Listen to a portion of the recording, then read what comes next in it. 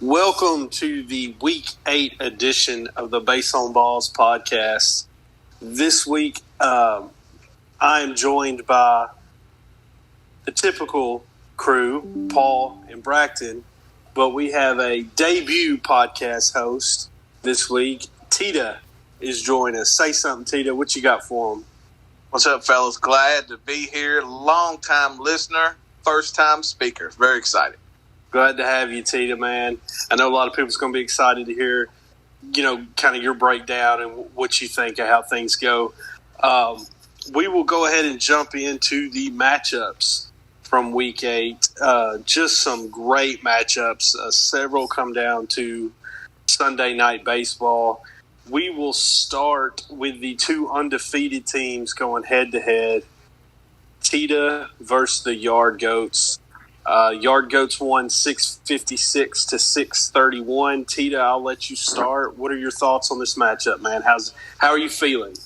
Man, it was kind of victory. I mean, it's kind of defeat from the jaws of victory. Felt really good. Being down 19 going into today. My bats were just asleep all week. Not really as consistent as they have been. And then John Haight's team is just, his bats are just relentless. When they get going, they get going. There was one time I looked at the score, and then 10 minutes later, Mookie hit a home run, Trout hit a home run, and it's like, whoa, what just happened? But, Haight's team is what it was built up to be. I think it's the best team in our league, and that's saying something because I feel like there's a strong top 3 to 4. I still don't think I am in that 4 yet. I'm kind of the wild card. I think, my merry band of mid-tier starting pitchers kind of just get it done, and then my bats are streaky. That's kind of my MO of what I have, But I thought there were some good spots, but like I said, Haight's team is just relentless, and I could kind of see it coming around Thursday night going into Friday, and they just kind of kept just putting up points, and like I said, it was just tough to keep your head above water, and my guys played hard, but just couldn't get it done. Yeah, taking a loss is a loss, but anytime you can kind of hang with the consensus best team in the league up till Sunday night, you got to be proud of that. Paul, what did you see in this matchup? Yeah, it was tough. Shohei Ohtani scores 49 points. It's the weekly Shohei Ohtani update for me. 49 points. I feel like this week it was very gettable for Tita. It came down to Sunday Night Baseball. It was 2 bats versus 1 bat kind of thing. But the second that Olsen hit that home run, it was kind of game over. Tita shouldn't hang his head. He had a solid week. Pitching was there, 342. He says mid-tier pitching. I'd say it's a little bit above mid-tier. But, John Haidt, I think, roster-wise, is still at the top, if not, at least top 2 with Cody. So overall, John Haidt, he's the target now, the last undefeated remaining. So he's the best. You want to beat him, you got to give it your all. Absolutely. John Haidt definitely has a target on his back as the only remaining undefeated team. Braxton, what did you see in this matchup? So I found it interesting that Tito actually beat John Haidt by 40 points in the pitching category when John Haidt has some of these guys. It was not a very good week for Zach Gallen, only 12 points. 2 Corbin Burns starts, only got John Haidt 34 points. Chris Bassett didn't have a very good second start this week, and then Verlander finished negative. But the difference to me in the game was definitely John Haight's relief pitchers. He got 104 points from his relief pitchers, Felix Bautista, Ryan Presley, and Paul Sewald. That to me was the difference in the game. It was, like you guys were saying, it was a very vulnerable week for John Haidt, but good teams find a way to win, and John Haidt found a way to win this week. So he can we'll see if he continues to roll, but it's a big win for him. Tita, like you guys said, had a good week too. He should have He would have beat a lot of people, I know, and he'll rebound next week when he plays me for sure. So that I'm sure we'll get to that a little later. But a solid week for both people. But congrats to John Height. Absolutely, and I'll just kind of echo as we wrap things up here on this matchup, kind of what Tita said with the John Height bats. His bats hit John Height's bats hit 15 home runs this week. That's insane. I mean, and Tita's hit 8. The difference in the matchup was John Height out homered him, and John Height's got a good team. He's 8-0. Rolling into next week, we'll see who he plays, and we'll break that matchup down. But I know he's got to be feeling good at 8-0. And as you guys said, Tita at 7-1. Listen, that's probably better than maybe what Tita thought he would be at the beginning of the season. So, good matchup all around. We will move on to the next matchup. I think that everybody's dying for us to break down. The Kannapolis Cannonballers versus the Rocky Mountain Vibes. I believe this matchup had all eyes on it all week for different reasons, but a lot of people was watching, and it ended in a 758 to 758 tie. Paul, I will let you start on this matchup. So as of 9:39 Central Time, this is a tie. It is the first tie of the season for this league. I hate ties. Not my favorite, but, they happen. Shout out to Homco. I feel like I've been the champion of Homco's team for a month now. And he's finally, had his coming out party. 472 points from those bats. His bats can hang with literally any team in this league. If he can get an ace or two, he's easily a playoff team for sure. As for Bry, it's tough. 758, you never want to tie. You could say the same thing for Homco. A little bit of a down performance, 361 points from his bats. It's funny to say that's a down performance, but, overall, neither team has anything to hang their hat on. It's tough to break it down because usually you break down a winner and a loser, and there's no winners or losers in that fun. So I guess both could be winners or losers, just depending on how you look at it. Absolutely. And Braxton, what did you see in this matchup? Just pure insanity from the get-go. I know we were hyping it up to be one of the matchups of the week. I know a lot of people predicted Homco was going to win. I don't think I did. I think I predicted Bry would win. But at the end of the day, I mean, if you told Homco at the start of the week he would be ending this week not losing, I think he would take that. I know, obviously hindsight is here, and we know he put up 758 and still didn't win, but I think this is a very positive week for him, and I think that signals to him that he can hang. And I know later in the week he made some deals to try and push himself over the top in this matchup, but I think this is only a sign of good things to come for him. I think that he will make more deals going forward, similar to what he did. He got Marco Gonzalez. I know we'll talk about that in a little while, but I'm really happy with what Homco's doing. I know the 1-6-1 record doesn't speak for as it should. He should be much better than he is. And for Bry, I know that there was some controversy going on this week about potential streaming stuff and a rule change, which I'm sure we'll get into bigger depth later on. But still, I think that his core guys, got it done. I mean, 40 points from Jeremy Pena, 42 points from Randy Arozarena. He traded for George Springer, got him 21 points and 12 at-bats. His pitching still there, 50 points for Hunter Green, 51 points Christian Javier. Bryce Miller, who traded to me, which we'll talk about, 39. And then Lance Lynn, again, 30 points. So, we can talk about the streaming all we want, but the core guys are getting it done and have been getting it done all season. So this is a really, really fun competitive matchup, and I'm sure we'll have more going forward between these two. But I think they play each other one more time this year, if I'm not mistaken. But definitely something to monitor both teams going forward, as it was a very big week for both of them, I feel like. For sure. Tito, what did you see here?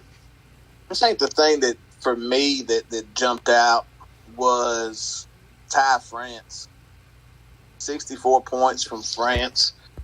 He had been struggling. I mean, to me, France is he's a hitting machine. But to come out with 64 points, he hit 3 homers. You look at how both teams, Homco hit 11 bombs, Rocky Mountain Vibes, Bry hit 7. But just the amount of pitching depth that Bry has, and then you look at a pickup of Hogan Harris that probably is the difference in the whole matchup. He picks him up as a bulk guy. The guy gets 23 points. I mean, and then the Oakland A's immediately sent him right back down to AAA. So, like I said, I have no problem with what Bry does. It's all in the rules of the game. And, you get 22 points as well from Tristan Beck. So 17 from Criswell. So, I mean, he used the mess out of the bulk strategy, and it worked out for him. But like I said, Homco's going to beat some other teams this year, and he may have should have got this one, but I think when we play Homco, we could all be in for a rough week if his bats keep hitting like this.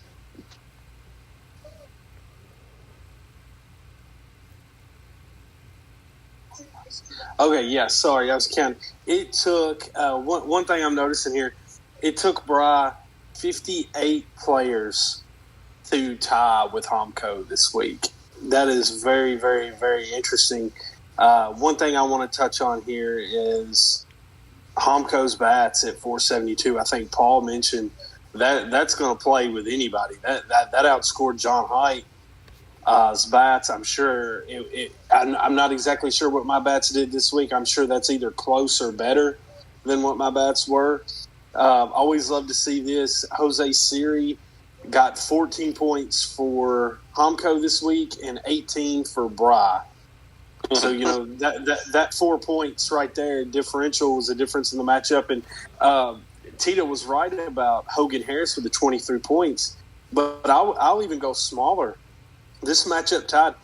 Kevin Kelly, he added him for one day, 2/3 of an inning and a hit. He got 1 point. He doesn't make that add, he loses this week. A 1 point outing by Kevin Kelly. It's interesting. Neither team deserved to lose. When you score 758, that's a tough break to lose right there. We'll see if there's any stat corrections late night tonight. I've seen on Fantrax in other leagues. Tita, I think it happened to Horns and Scrubs. Am I right? He tied with somebody, and then overnight it changed. Yep. So there could be some scoring corrections here based on, different things that may play a role. But as of now, they did tie. I think both teams are going to be rolling moving forward. I do think, Homco's record's not great at 1-6-1, but there's still a lot of season left. And I feel like the 7th seed remains up for grabs. I still feel like there's nobody that's jumped up to take that. And I think Bracton mentioned, or maybe it was Paul, but if Homco got an ace here or there, some big time pitching to add in with the guys he's already got that pitched well, his team can really take a big step forward. So we will move on to. Let's go ahead and rip the Band-Aid off here, Paul. Let's go ahead and rip the Band-Aid off. Let's talk about the Richmond Flying Squirrels. 643 overtake the Norfolk Tides 523. Scott is now 2-0 versus Paul this year. Paul, I'll let you kind of have the floor for a minute. What happened this week? Scott is my brutal enemy. Okay, that's how it is. I don't really know the guy, but it's just what it is. The worst roster in the league has beaten me again. I'm 0-2 against the Flying Squirrels. They're my enemy. Having said that, I have really good bats. 439 points from his bats. That is a absolute ton of points. Ryan McMahon had 3 home runs in 3 days or something like that.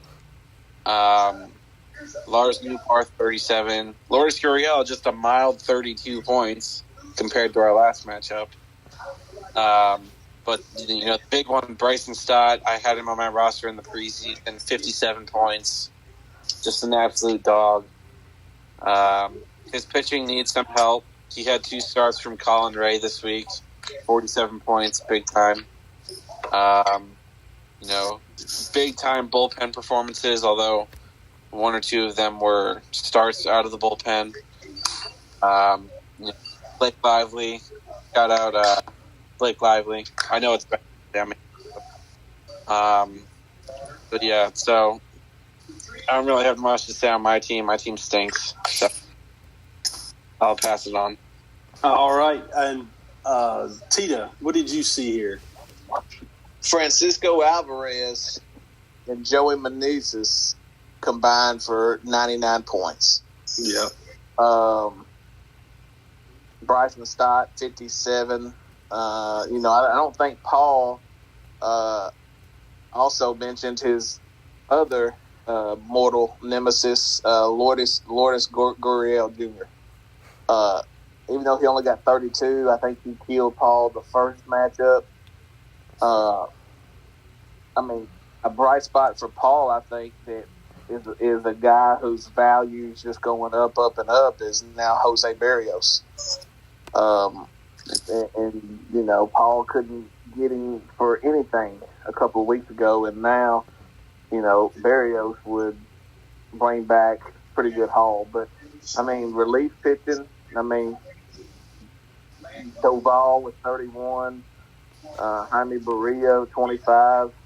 Paul's relief pitchers were pretty good, too. If you look at it, Pearson, Glacius, Graven, Gratterall. Paul, to me, is just his starting pitching let him down big time this week. And then when Adrian Hauser gets 25 points against you in the start, what do you do? So, Paul, both teams are going to be fine. Paul's loaded with talent. Scott's a good owner. Just surprising. Like I said, Norfolk and Richmond are now, robbed. So, good for both teams.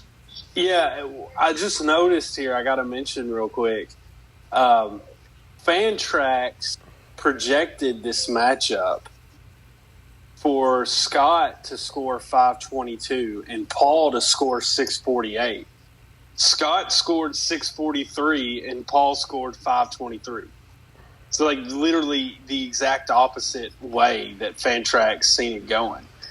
Just bizarre at what happens when these two teams get together. Braxton, what did you see this week? I was just about to say that about the Fantrax projections. It's absolutely wild to me, but that, like Tita said, that Francisco Alvarez has arrived. As a Met fan, I love to see it, but as an owner who traded Francisco Alvarez to Scott in the first place, something I don't love to see, even though I got Logan Webb back, who's just an awesome pitcher who I love, but still sucks to see Francisco Alvarez just balling on another team that isn't mine, but good for Scott on recognizing it. But to echo what everybody else has just said, big performances from Bryson Stott. The bullpen for Scott was the difference here, but sucks that Paul had Grayson Rodriguez get sent down this week too. I know that wasn't fun to watch that, but just some disappointing starts from Kodai Senga and Brady Singer also, but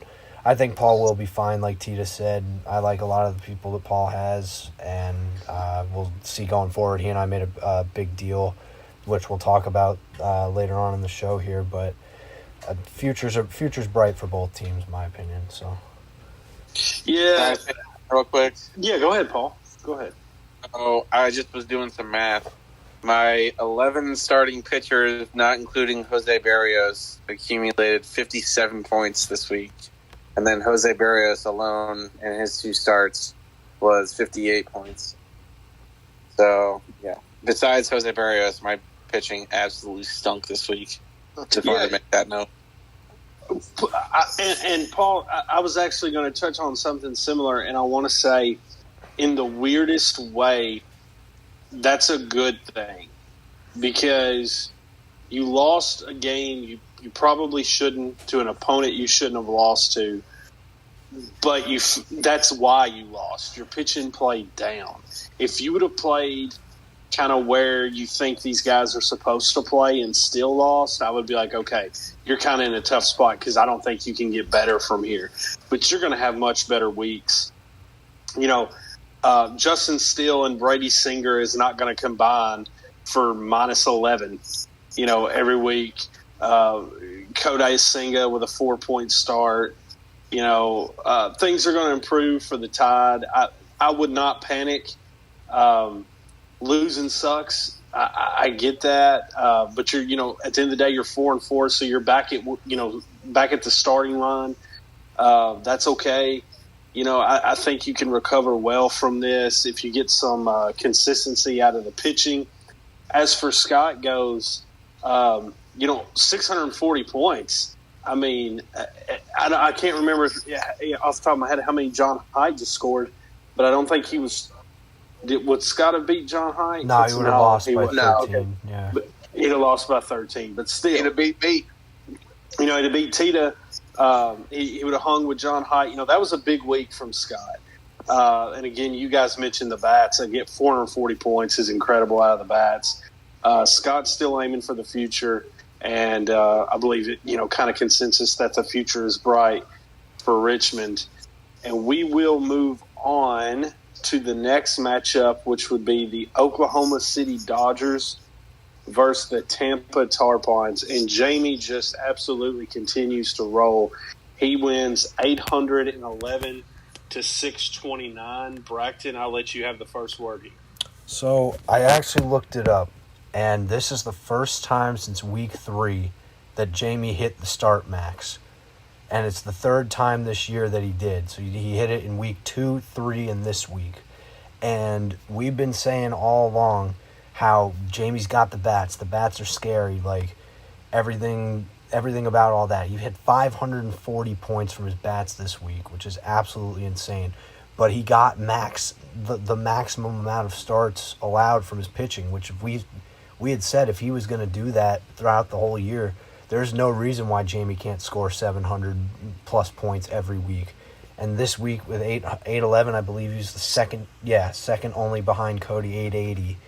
And, I mean, that would have beat pretty much anybody this week. So Jamie continues to roll like we said, but if Jamie starts to actually continue to keep putting up that 12 pitching number, it's going to be scary. But looking at Chad's team, he had a really good week. Another one of my drops, Elias Diaz, 66 points. That's outstanding production from anybody, let alone a catcher. And you got 58 points from Jorge Soler and then traded him to John Haidt. Got pretty good value there. And 43 points from Alex Fado. That's interesting. 44 from Luis Ortiz is also pretty interesting. So, I mean, I really like where the league's at in total. Like, even the bad teams right now have really, really good futures. Like, Chad, I know, has some very big-time assets, and but yet continues to still put up numbers like 629 on any given week. Like, he'd hang with pretty much anybody at that rate. So, really interesting to see. But, the takeaway from this week is look at Jamie with 12 starts and 811 points. I mean, if that trend continues, look out. Yes, sir. And Paul, what did you see here? Yeah, so Jamie's bats almost outscored my entire team, so nothing really to say there except, holy crap, his bats are amazing. The pitching, it's there. It exists. Like Braxton just said, 12 starts. That's the goal for every team, I would think. I think George Kirby was the only one that was negative, which... Imagine if it was normal George Kirby, what his total would have been. But as for Chad, Braxton touched on it, but yeah, his team is good now, and it looks good for the future. A rare combination to have, but still an awesome combination too. He has good players. He made some moves this week that we'll talk about, but I like where he's heading, and just every week, 404 points from your bats, you're going to get some wins, Chad, very, very soon, I think. Absolutely. And Tito, what did you see this week? Well, my goal this week was to get under Jamie's skin and get him to making some moves, and I think I did that. Did you rattle the cages in Tampa? I rattled Tampa's cages. I kind of got him fired up because that team, I still think at the end of the day, my top 3 teams in this league, no offense to anybody, in no order is Height, Cody, and Jamie. You look as a Braves fan for me, and Marcell Ozuna had 63 points this week. Outscored Bryce Harper, Ronald Acuna Jr., Tatis, everybody. You look at Pete Alonso with 76. I mean, but still, Chad's team as well had 404 points with the bats, which is really, really good. I think he made some good moves. Chad's a good owner. Jamie, with 48 from Michael Kopech. I mean, the dude's he made a good trade with me to get Chris Sale. But his relief pitching, he got 38 from Hader, 39 from Lange, and 28 from Romano. So that's 60, 77, 105 points just from his relief pitching, plus Miguel Castro, 111. So, the bat scoring 540 points is stupid. And that's with Trey Turner scoring a whopping 8 this week. So you can imagine what it's going to look like when he gets going. So, Tampa's scary, and Oklahoma City is, you catch you on the right week, they're going to be able to upset somebody as well. So, absolutely. And it's funny because Chad and the Dodgers put up 404 points offensively. Normally we would be celebrating that, but Jamie just completely canceled it out with a massive 540-point offensive performance. I think, I'm not going to go too much into this. I know Chad, he's aiming to the future. The man is stockpiling draft picks like I've never seen before. But as far as Jamie goes, I'm with Tita. I mean, I don't know that he'll lose again.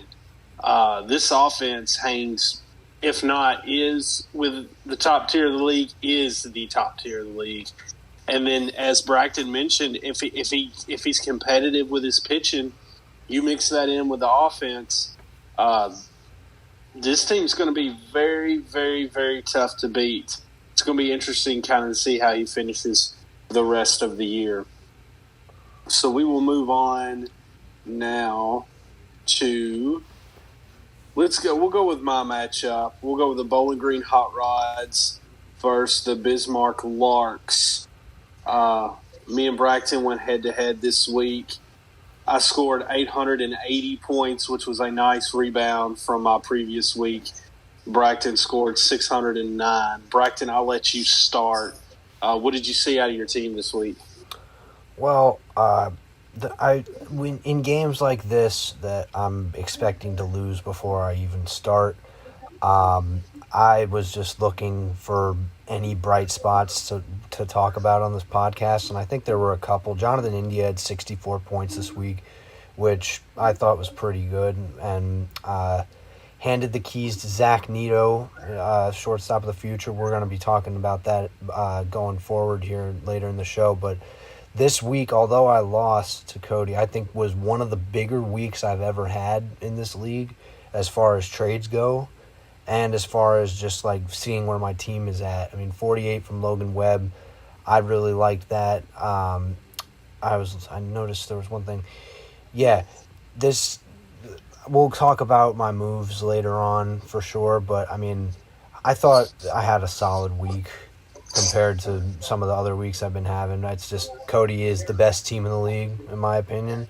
So just being able to it was competitive for a couple days, which, I mean, I kind of wanted it to be a little longer than a couple days, but, I mean, it's whatever. I knew I was going to lose. It's okay, but I'm glad to see that I got some bright spots out of some of these guys. Yeah, Braxton, I kind of told you a couple of days ago that you had a good week. You broke 600. The bats with 329 came to play. I know you've kind of moved a lot of pieces in and out in the last 24, 48 hours, kind of getting your bats set up. I know Jonathan India had a big week for you with 64 points. And again, you're always kind of tinkering with the pitching staff. You've got a good team. Like I said, you're kind of where Paul's at 4-4. You just got to look at it like you're kind of starting over from day one, and we'll see kind of how things go for you moving forward. As far as my team goes, it was really refreshing to see J-Rod. I gave John Heights some crap for ragging on him in the last podcast, but it was deserved. He was really, I think he was hitting 203 when this week began, and he finishes the week hitting 242. So he brought his batting average up 40 points in a week. He scored 59 points for me. Matt McClain has just been ridiculous. When I traded for him, I had no intention of him being in a lineup spot for me, and I can't keep him out of it right now. He put up 59 points for me this week. Wander Franco with an 81-point week. Austin Riley got going, 56-point week.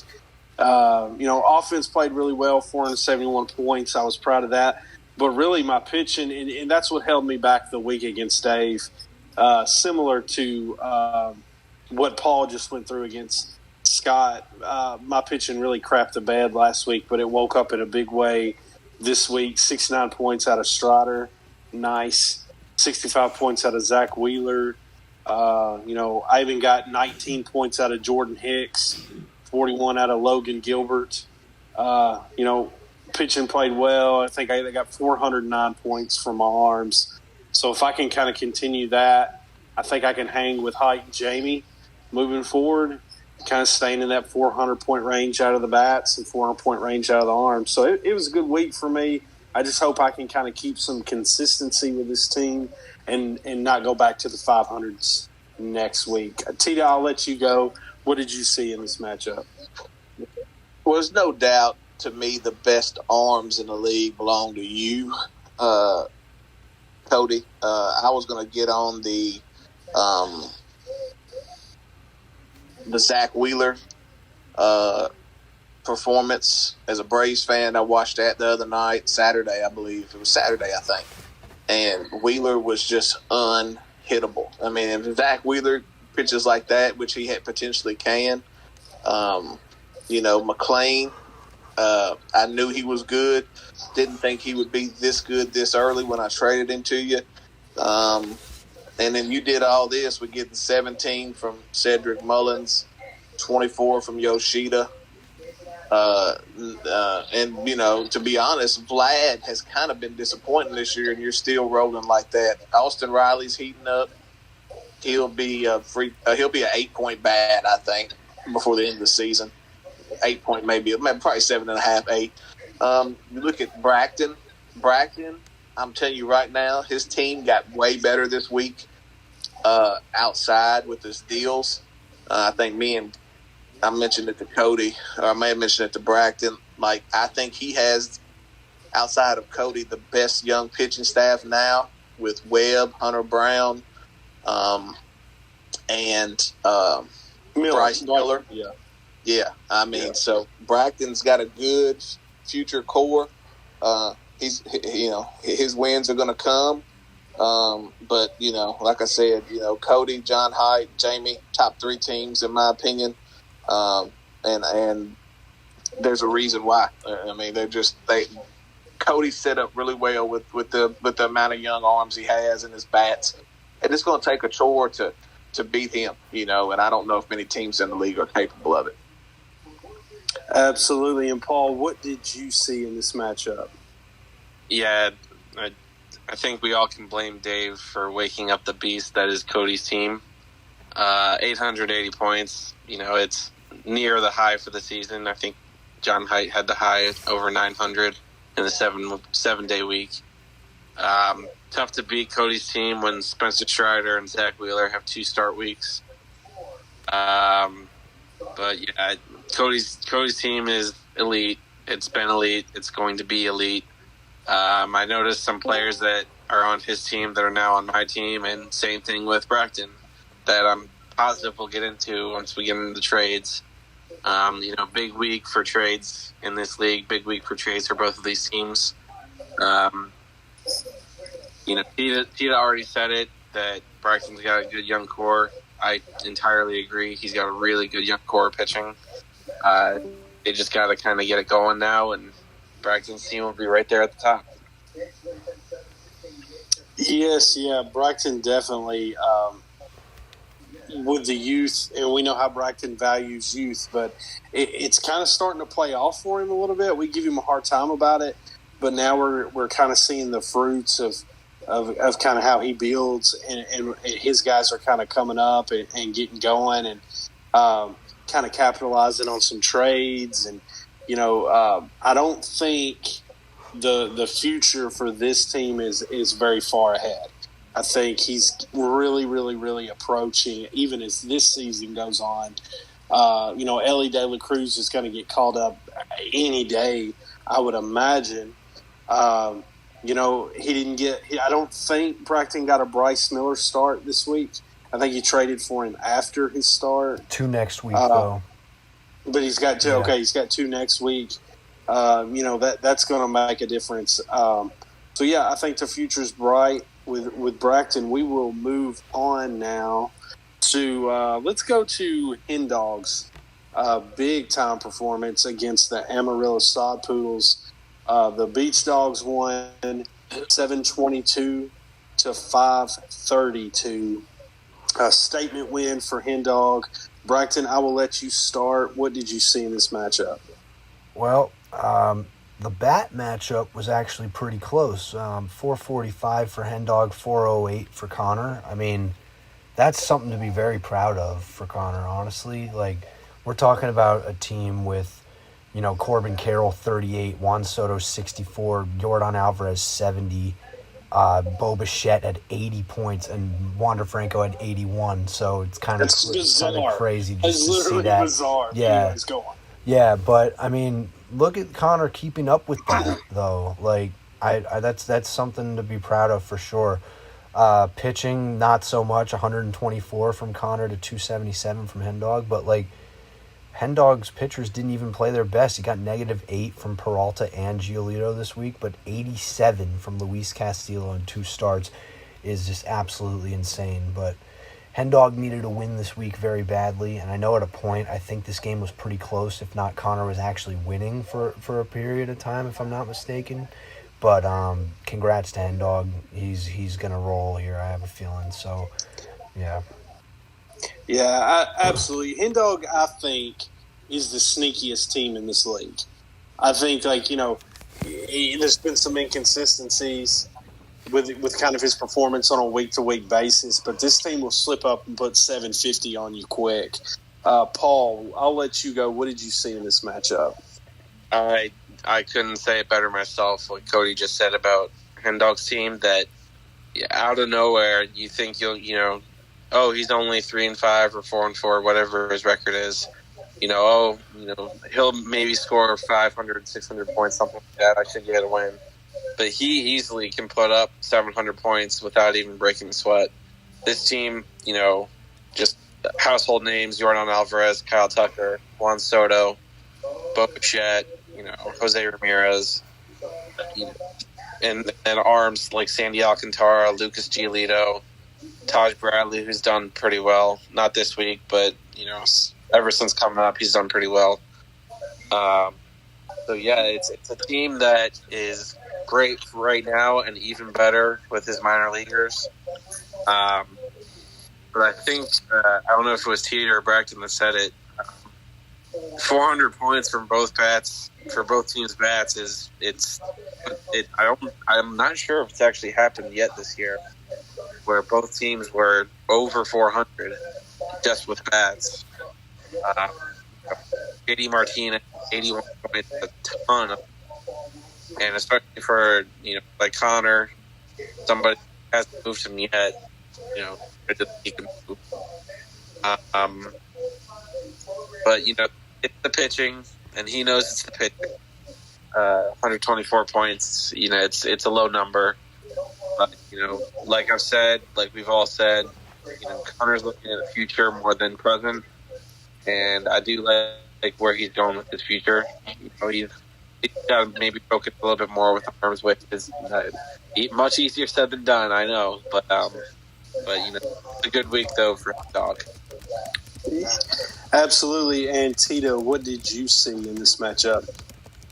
Not much that can't already be said. I do agree with what you said about Hen's team. I think they're you could say the under the radar team, because really, if Hen wanted to go get almost any player, he could get that player if he was, multiple players with the amount of specs that he has. Looking at Connor's building, he's all about the flip right now. And he's going to keep on getting talent. He's going to pawn off some of this older talent that he doesn't really want for some form of assets. I think the guy who has been probably the most disappointing player to me on his team is Alejandro Kirk. I don't know if Kirk is as good as he was last year, but I don't think he's as bad as he is this year. And getting kind of Danny Jansen was taking playing time. Jansen's hurt. And so Connor's going to keep making some good deals. He's going to take on some older guys to try to flip them for more than he's paid for them later on down the road. But kind of played out how I expected it to, and most of them did. Hendog's got a really good team, and he's going to make a run there at the end too, I believe. Yeah, I won't harp too much here. You guys pretty much nailed it. I've been referring to Connor as Little Tita for about 3 weeks now. I feel like it's the same kind of thought process with their moves. From what I notice, it's just I could be totally wrong on what they're thinking, but it's almost like you keep kind of moving guys in and out. You're trading for the hot guys, use them, then get rid of them and flip them before they cool off while they still have value, that kind of thing. I know Connor's just working that, trying to get as much youth as he can in. And again, I don't think, Hen is going to make the playoffs, and I don't think there's a team in this league that hopes they match up against him in the playoffs. We will move on now to our final matchup of the week. It was the Rochester Red Wings, 622, taking down the El Paso Chihuahuas, 509. Tita, I will let you start. What did you see in this matchup?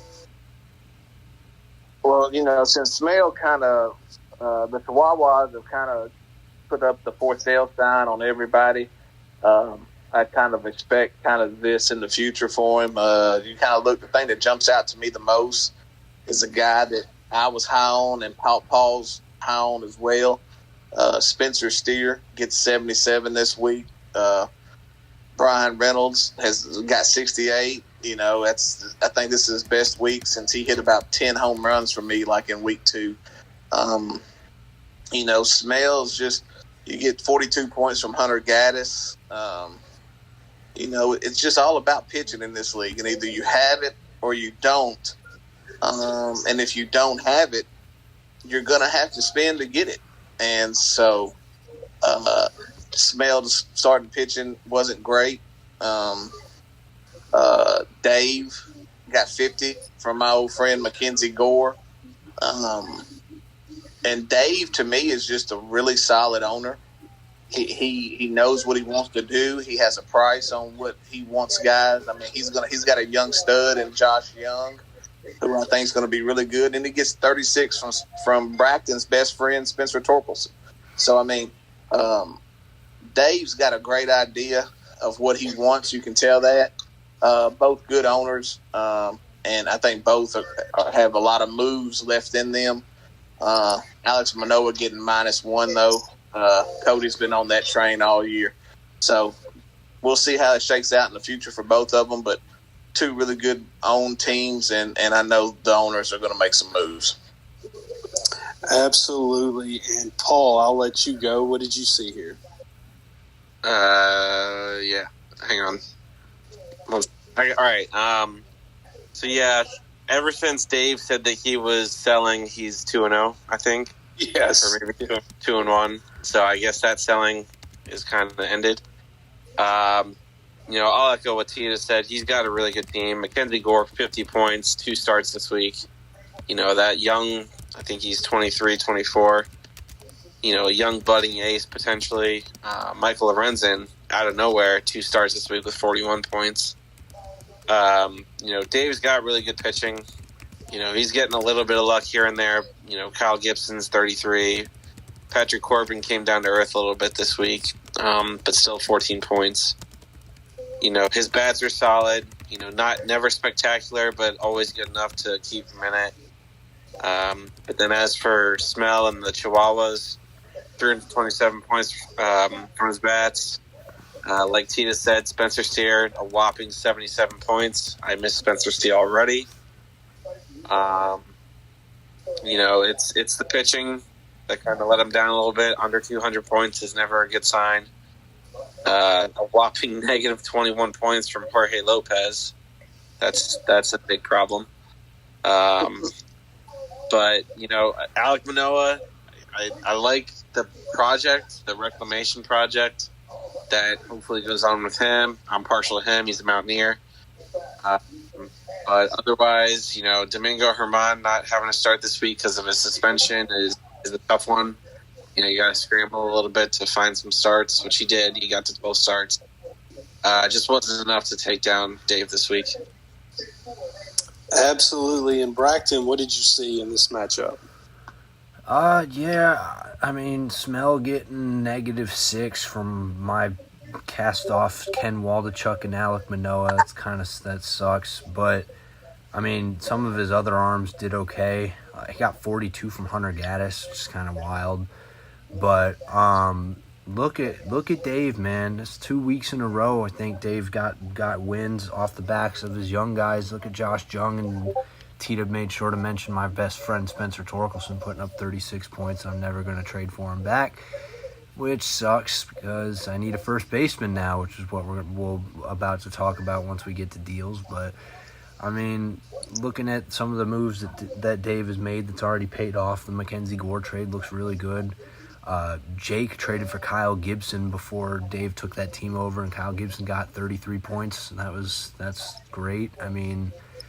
Dave is getting some production. I know people were mentioning Michael Wacha's playing at an all-star level. He's at 26 points this week too. So I'm really encouraged to see Dave balling here with this team. I think if he can continue to put up 622 every week, he's going to win some games. So good for both teams, but congrats to Dave on a very good week. Absolutely. I don't think after this week anybody's sleeping on Dave anymore. He's very much a competitive team, and we do expect more wins from him moving forward. We will transition now over to trades, and what was a massive trade week. All things considered, there was a lot of moves. We will go back here to May 21st, which was Sunday, and see if there was any moves made at night. No, but we will start on the 22nd.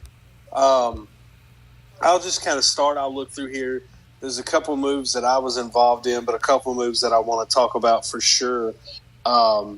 Braxton, I'll let you kind of go on this. The first trade you made of the week, you sent Alek Manoah to Smell and received Tyler Megill, Curtis Mead, Gavin Cross, Daniel Espino, and a second-round pick. Just kind of break that down a little bit. What did you think about that trade? Well, actually, to correct you, the first trade I made this week was I gave Connor Andrew McCutchen for a fourth-round pick. So an era ended over here. No more Andrew McCutchen, so y'all can stop projecting me to lose every matchup now because I have Andrew McCutchen. I don't have him anymore. So now we'll talk about the Manoah deal now, though. I had said before that I'm not going to trade Manoah unless I get like ace packaging for him. Like I was going to package him as if there was nothing wrong. I know that he's been struggling, but Smell gave me an offer I quite frankly couldn't refuse. Curtis Mead, Daniel Espino, and Gavin Cross to me are all top 50 to 100 prospects.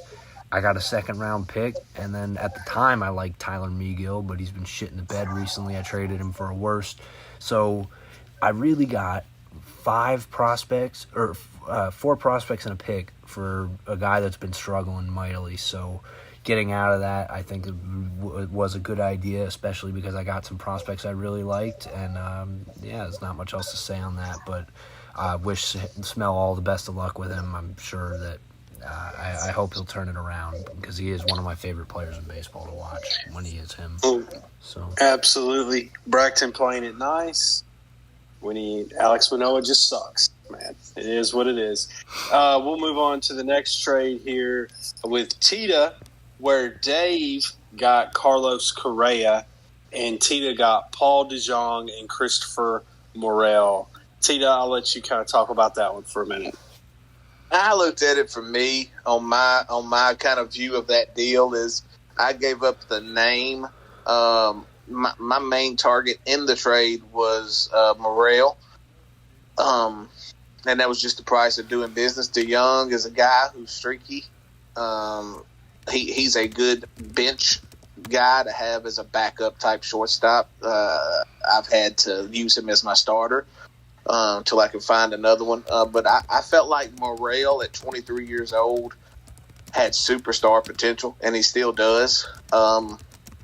His versatility. To me, he's just electric. Carlos Correa is a solid shortstop. He's getting on up there in age. I know I sound like Braxton with saying 28, but, with all his offseason, failed physical, 3 or 4 team failed physicals. I just thought it was a chance to see if I could catch a superstar before he turns into a superstar. And so I don't know if Morel will be that guy, but I feel like he has a very fantasy-friendly game, and that was just worth the price to me. Go Cubs, go. We will move on next to just an absolute blockbuster of a trade between Tita and Paul. Tita gets Bryce Terrain.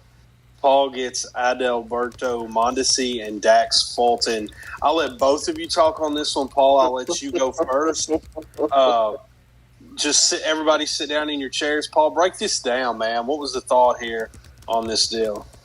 All right, so I'm going to take about 45 minutes to break this down. So everyone settle in. No, I'm just kidding. I like Bryce Terang. I'm a semi-Brewers fan, but I just felt like I had to move off of him. I'm trying to actually compete and win maybe a game or two this year. So I went and got Mondesi, who I think will be back in the second half. He's a guy that if you can get 100 games out of him, that's a win. But at the same time, those 100 games, he'll be electric for you. He'll steal 30 bases and hit 330. I've always been a fan of him, but if he can just figure out how to be healthy, I'll take it. And Dax Fulton, decent pitching prospect for the Marlins, and I like Marlins pitching prospects. We'll see what he pans out to be. He just went on the 7-day IL. I think he's in Double-A. But he's Double-A. Yeah, he's 6'7". You can't teach height. We'll see what happens with him, but it was more of just a kick into the deal. And Tito, Bryce Terrain, what kind of attracted you there? Young, I didn't mind Terang at the time, and I needed someone to kind of pair with Paul DeJong. I ended up moving Terang, I want to say, to Braxton later on in the week.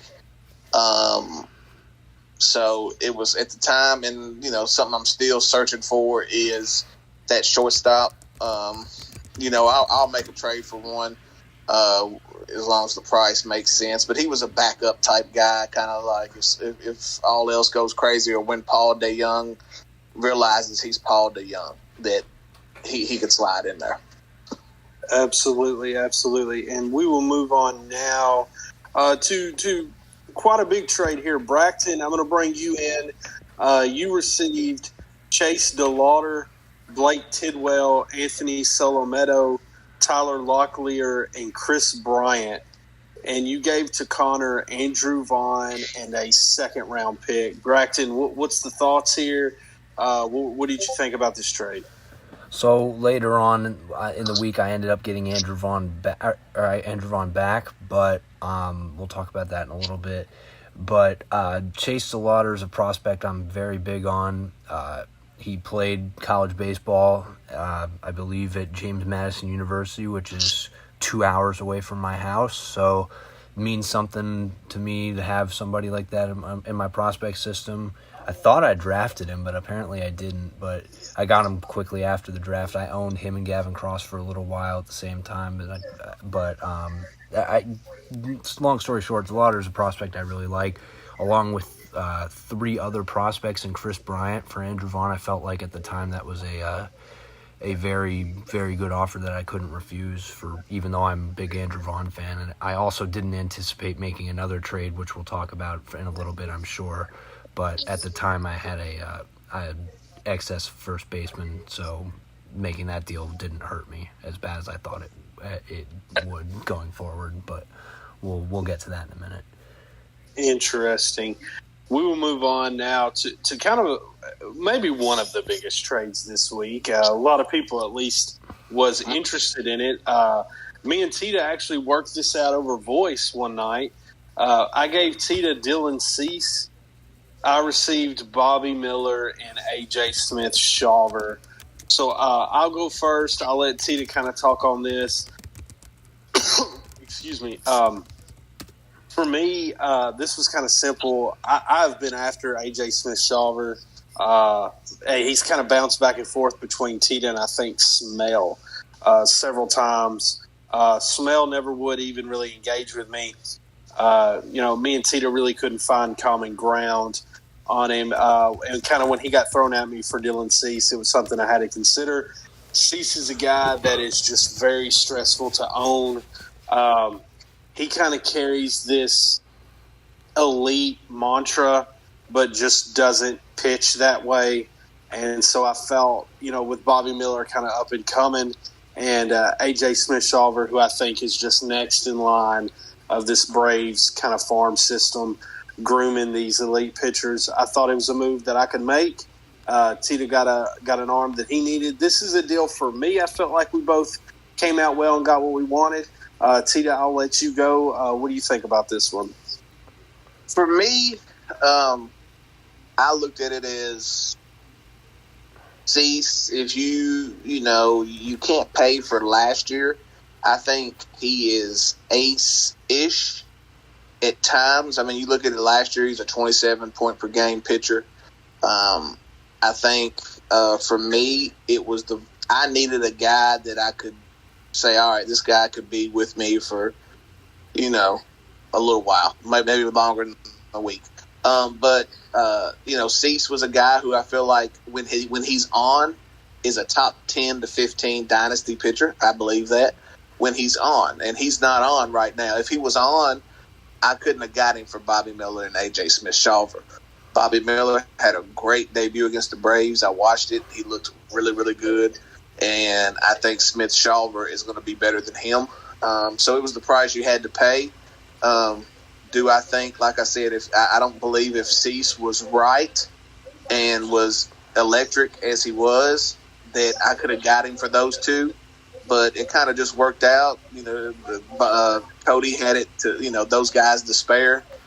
And we just kind of made it happen out of the blue. Yep. And we will go to, and we'll hit on this one real quick. Paul gets Mason Montgomery. I just want to hit on this quick because I really like Mason Montgomery. And Cody gets Brandon Williamson. For me, this was kind of me recovering from trading Dylan Cease. I kind of felt Williamson's a guy that I do like long-term. I don't necessarily like this year. I think there's going to be a lot of bumps in the road. Mason Montgomery is not a prospect I ever wanted to trade away. However, I know how the Rays are with young arms. It is painful sometimes at the way they treat them. So I thought, I kind of need the arm, the healthy major league arm right now. I'll make the move. Paul, what did you kind of think real quick on this small deal? Yeah, it's kind of the same thing. I like both of these arms long term. I made the move because I wanted to get I called up Williamson already for this week and had him for the one start. But I wanted a prospect arm, and getting Montgomery actually led me to do another deal with Bracton that I promise we'll talk about here in a minute. Interesting. And look who comes up again. Bryce Terang on the move once more.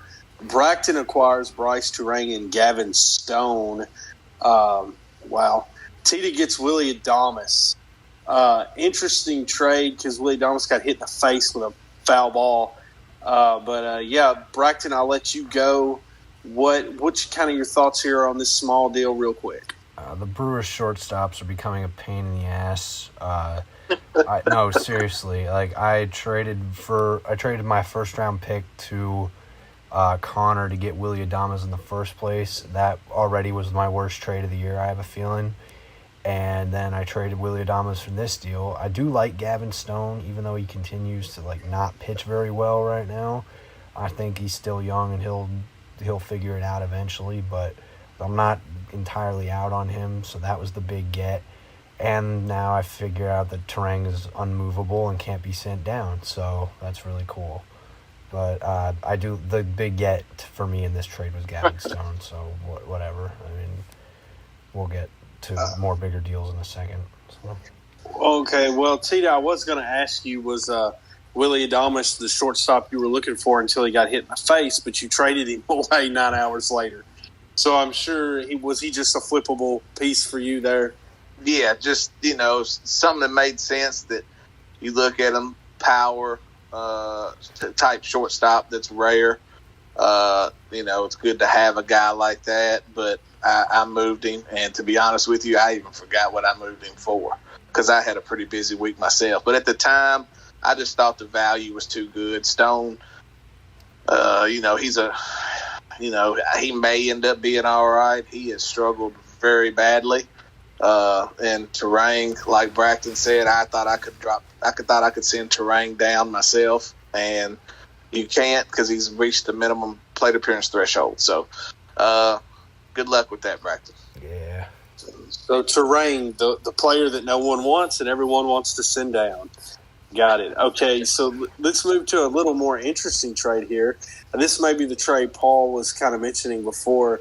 Paul gets Corey Seager, Ian Happ, and Trevor Story. Smell gets Tim Anderson, Jacob Misiorowski, Heston Kjerstad, Jet Williams, and a future first-round pick. Paul, I'll let you talk about this trade a little bit. There's a lot of pieces involved here. Yeah, so Corey Seager, I wanted the upgraded shortstop over Tim Anderson. Corey Seager I view as a top probably 7, maybe even top 5 shortstop in this league.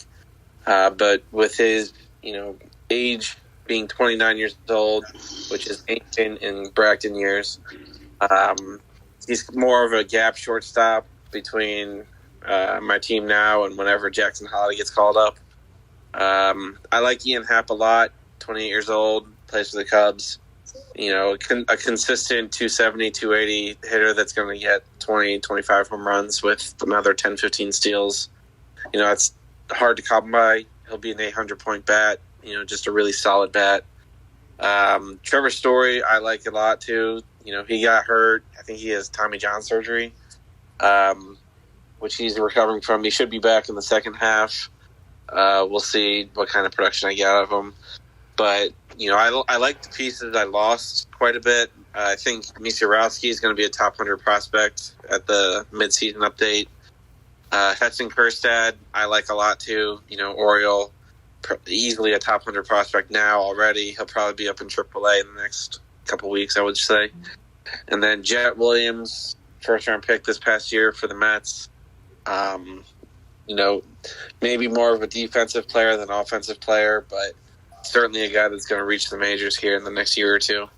And then that first-round pick from Jamie, it is what it is. I kind of had to include it because Smell is just, being Thanos with his Infinity Stones, collecting 2025 first-round picks.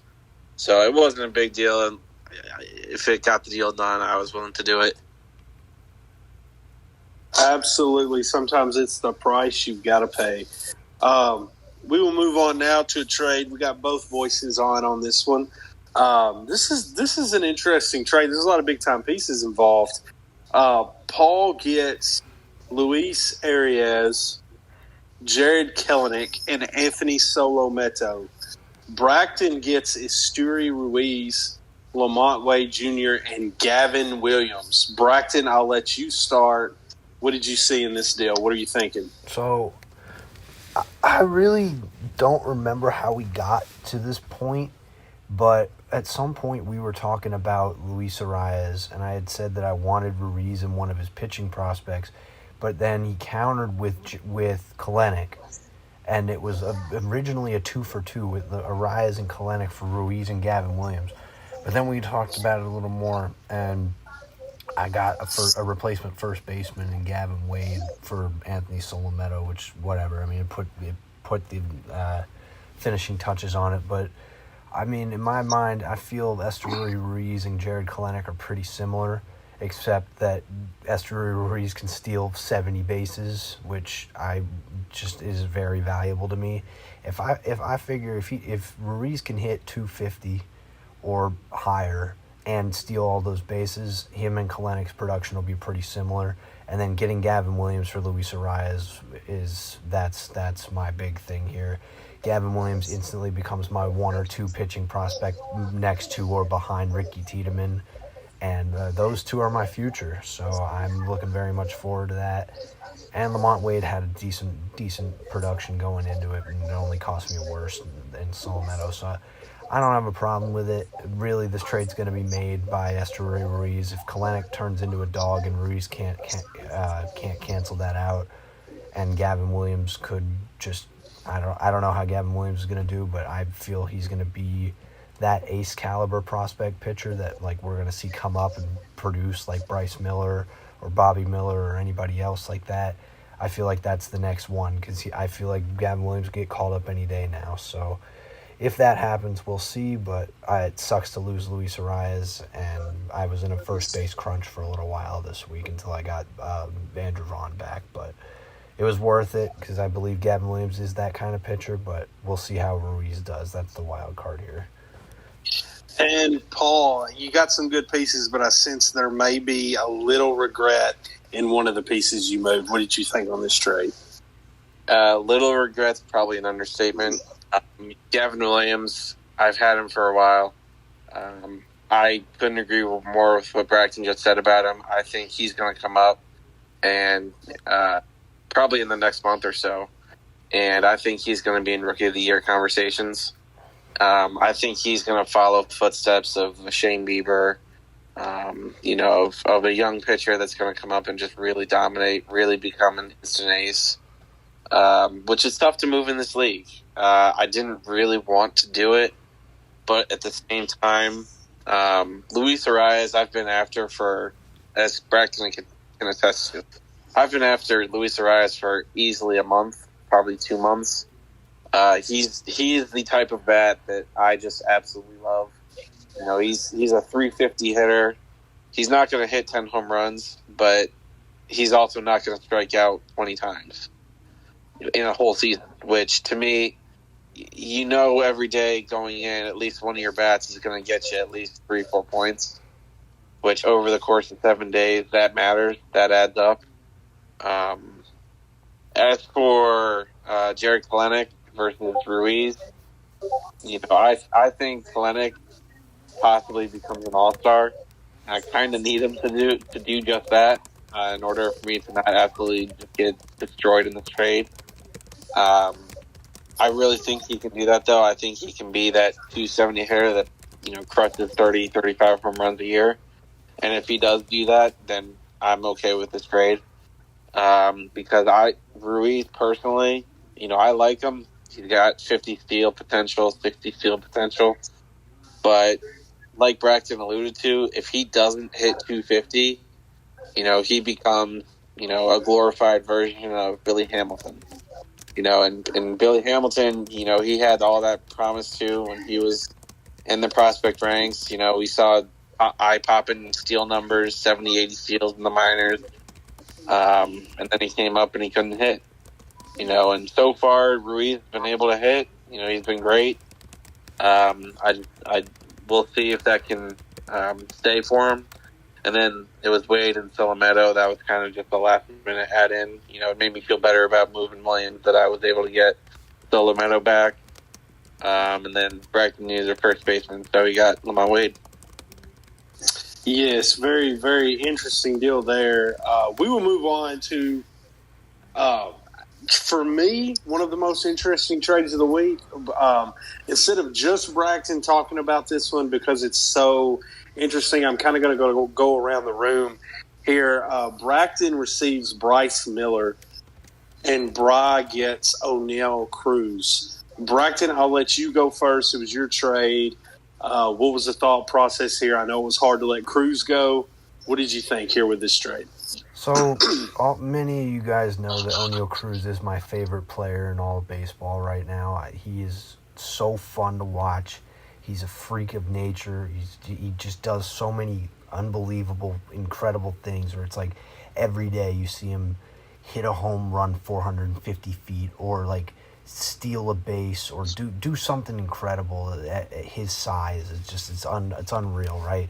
But at the end of the day, I had to put my manager hat on and be like, I need pitching, and I've got Oneil Cruz out for another couple months here with Zach Neto and Zach Neto and Ellie De La Cruz. I don't know where Ellie De La Cruz is going to play, whether it's third base or shortstop, but the fact that I have him alone makes a guy like Oneil Cruz expendable, and let alone having Zach Neto play the way that he's playing. So I definitely felt like I had I was comfortable in making this deal because Bryce Miller is actually, I believe, that guy. I think that, correct me if I'm wrong, but Luis Castillo's contract is up at the end of this year, and if he doesn't re-sign with Seattle, I feel like that ace role on the Seattle Mariners, a very good team in a very not great division, in my opinion, at least future-wise, that ace job belongs to Bryce Miller, and he's only 24 years old.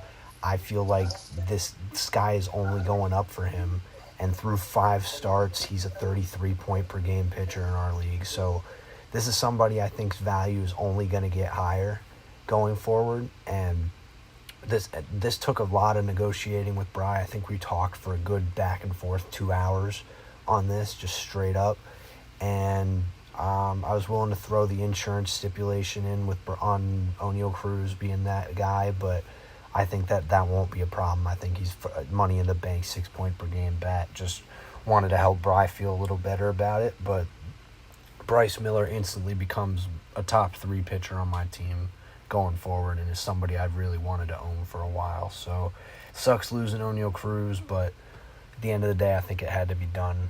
So. And Tito, what did you think about this trade? Well, it's funny. I traded Bryce Miller a while back, and then actually me and Braxton were discussing a Cease Oneil Cruz plus deal, and I didn't feel comfortable losing that starting pitching, like he said, with Oneil being out. But Braxton said, hey, I feel like I can get a stud starting pitcher with just Oneil. And, I got to start listening to Braxton because he did. I actually think it's a huge home run for Braxton. I think Oneil Cruz has a ton of potential. Like Cody, you said it in chat, he's a 40 home run shortstop, which he's one of one in that regard. But I still don't know what Oneil Cruz is. I don't know if that hit tool and that K rate doesn't get any better. Then he's Chris Davis playing shortstop, which it's useful, no doubt. But I just think that Bryce Miller is going to be a monster. You look at the Stuff Plus rankings, and the dude fastball is elite. I wouldn't say is Spencer Strider, but I also wouldn't say he couldn't be a top 7 to 10 starting pitcher as soon as next year. So I think Braxton did a great job with this trade. Excuse me. I'll jump in here, give my 2 cents on it real quick, and then I'm going to turn it over to Paul. Let Paul talk about it a little bit. I'm going to come off as a hater here. I get it. It's what I do. But I'm going to be honest and tell you how I really feel about this trade. First of all, as far as the trade goes, Miller for Cruz, I think it's an even deal. I think if one side needs a bat, one side needs an arm, it's fine. I think both of these guys are extremely overrated right now. Bryce Miller's came up, and he's looked great. He's looked fantastic. These major league hitters are going to adjust to him. He's not going to keep this up. Can he be good? Yes. I just think he's incredibly – I mean, Braxton just mentioned if Luis Castillo walks, he could be the ace of the Mariners. I don't think he's anywhere near Logan Gilbert, George Kirby. I think he is definitely third best in that rotation. Could be fourth if they find a way to keep Luis Castillo. And with O'Neal Cruz, Tita hit it. I mean, this guy's got insane power. I don't know that he can hit 210. I don't know that he's not going to strike out 250 times a year. This is a super streaky hitter that is, as Braxton mentioned, he's electric. He's big. He's got the dreads. He looks cool. He's making plays. He's going to be on TV. But let me tell you something. Those 0 for 5s with 3 Ks, those suck, when it's happening 4 or 5 times a week. So I think it's an even deal. I don't think either side lost. I just think that both these guys are super, super overhyped right now. Paul, I'll let you go. He kind of took the words out of my mouth. I like Bryce Miller a lot. I like O'Neal Cruz a lot. But at the end of the day, I think Bryce Miller is probably a mid-rotation starter long-term. I think he's going to be a guy that he'll get, 170, 175 innings a year, 150, 160 strikeouts a year, and probably ERA in the high threes, which is a very good – it's a good starter. I don't think he's a fantasy ace. But in terms of what Braxton needs, I don't think he needs to be. I think he'll just be a very good 20, 22 point game starter.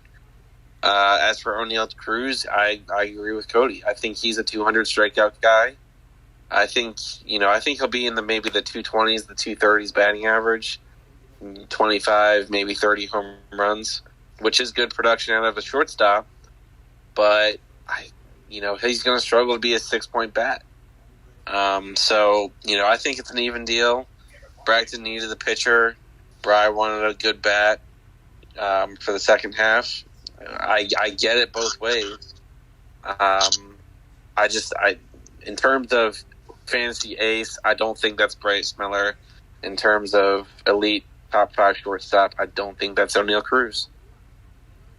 Interesting takes with two super young guys, different ways to view them. Very, very interesting there. I'm glad we all kind of touched on it. We'll move on now to Andrew Vaughn once again was on the move. What a busy week for that guy, and I don't think it ends here. Tita gets Andrew Vaughn, Connor gets Brandon Lau, and Brandon Berea. Tita, I'll let you talk about this one for a second. I was just looking to kind of upgrade as far as getting a young first baseman. I didn't really want to move up Berea. Lau has a lot of potential, but he seems like he's only been good that week that I traded him to Cody in the India deal when he was on fire. Just didn't think much of him. I feel like Vaughn would have more trade appeal.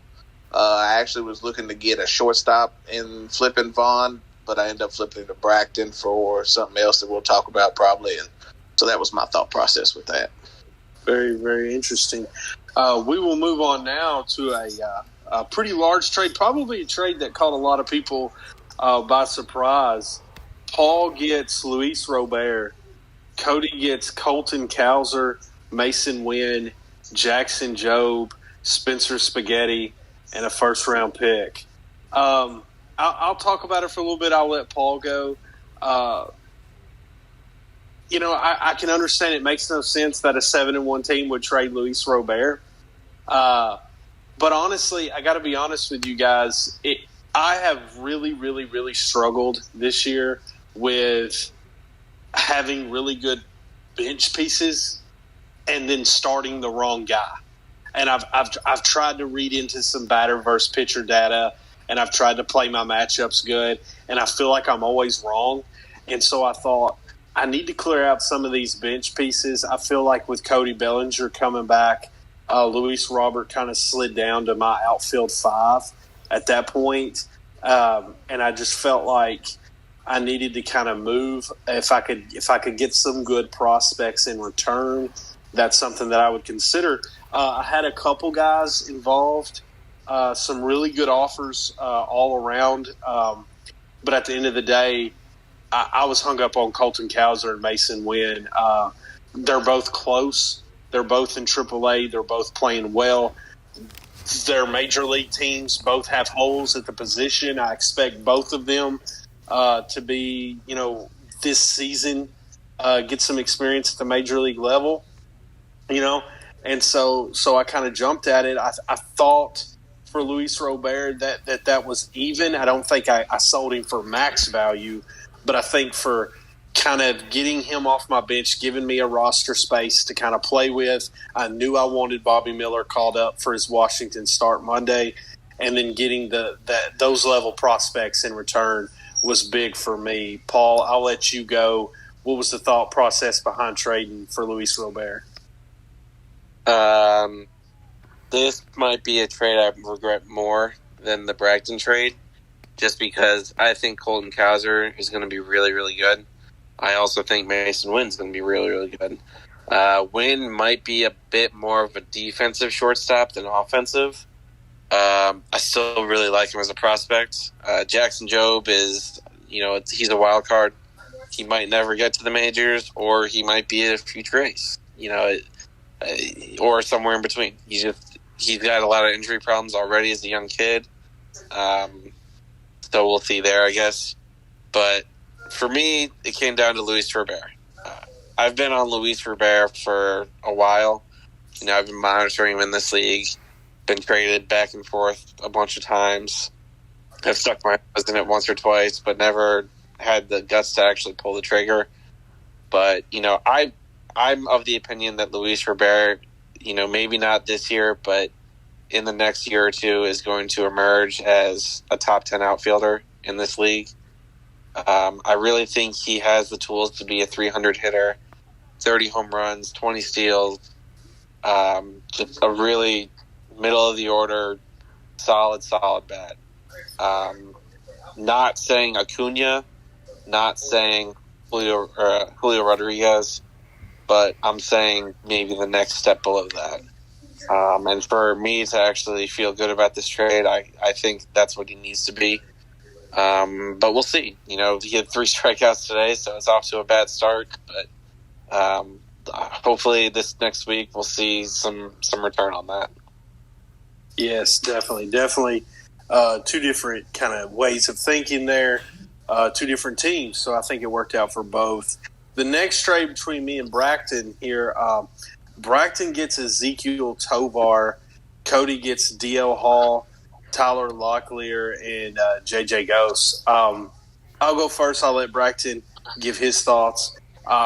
For me, this was really interesting.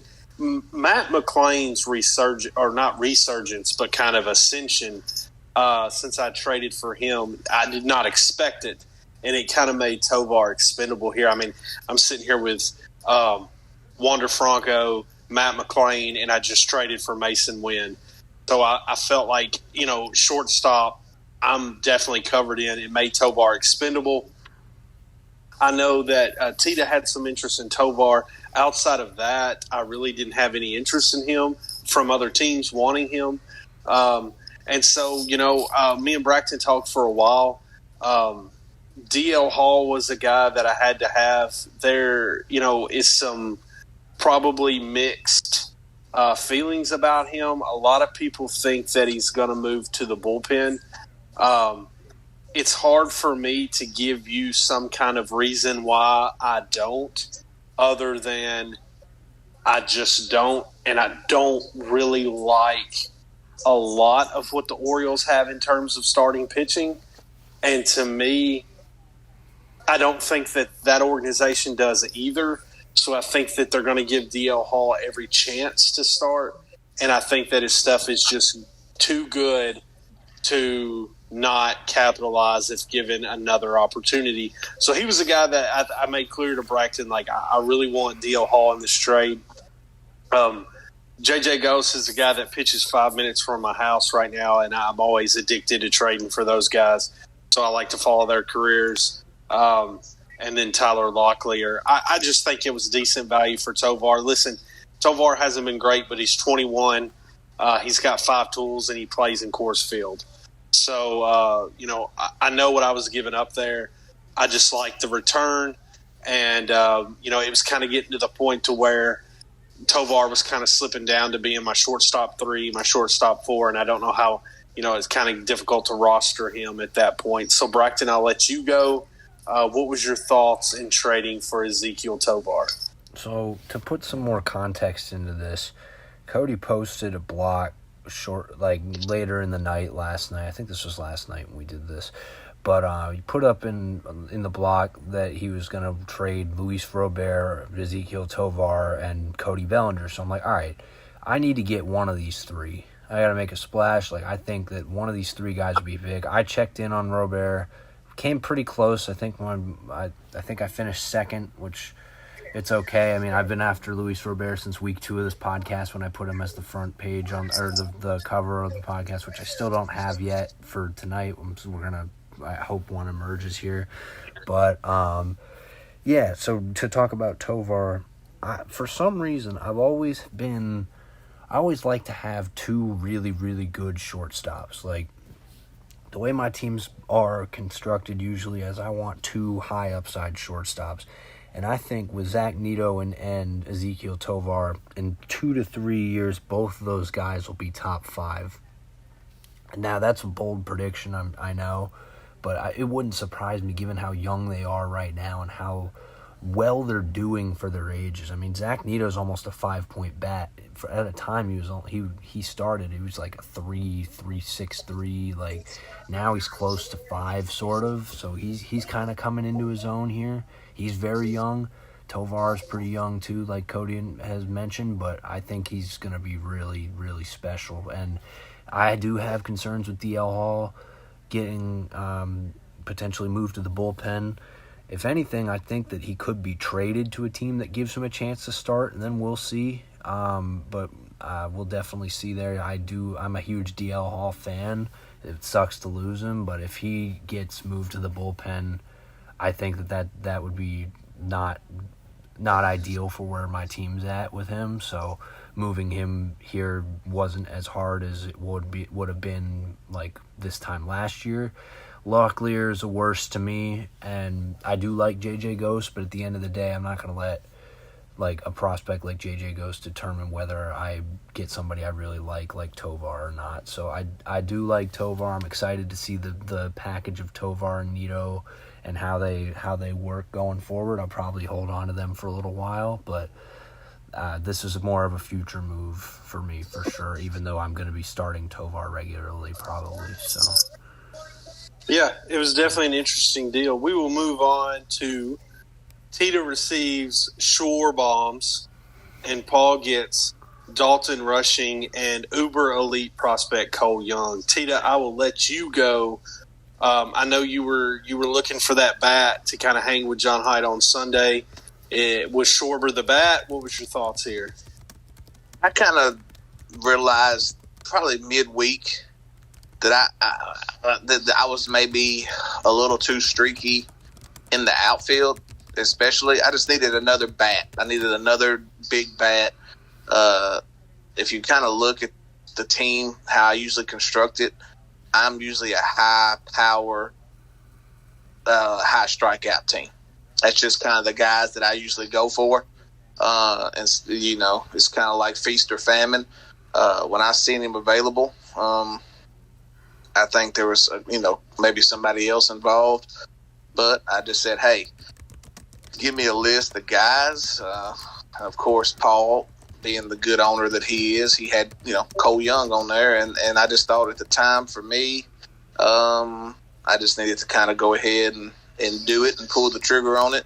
Schwarber, to me, is a 40 home run guy. Now, it's not going to come with a high average. It's going to come with a low average and a lot of strikeouts. But, I mean, the guy, should have had 2 bombs tonight, got robbed. So, I kind of like it. Like I said, I don't usually like rostering Phillies, but, he's kind of the guy that I don't mind, if that makes sense. Absolutely. And, Paul, what were your thoughts here with moving off from Kyle Schwarber? So, doing the Luis Robert deal kind of made Schwarber expendable for me.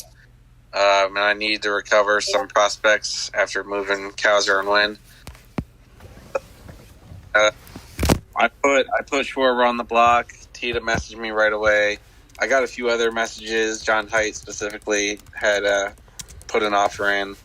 But at the end of the day, I view Dalton Rushing and Cole Young both as near or already top 100 prospects, which I thought was a fair return for a guy like Schwarber. I mean, a guy like Schwarber, he's going to, some weeks he's going to get you 100 points because he hit 9 home runs in a week. But there's going to be weeks where he scores single digits, with multiple or double-digit strikeouts. So it's a feast or famine type of player. A good player, I think, for Tita, a team that's competing, going for it this year. But for me, in my situation, I now have Adley, and I also have Bo Naylor, Kevin Parada, and Dalton Rushing. That is entirely too many catching pieces.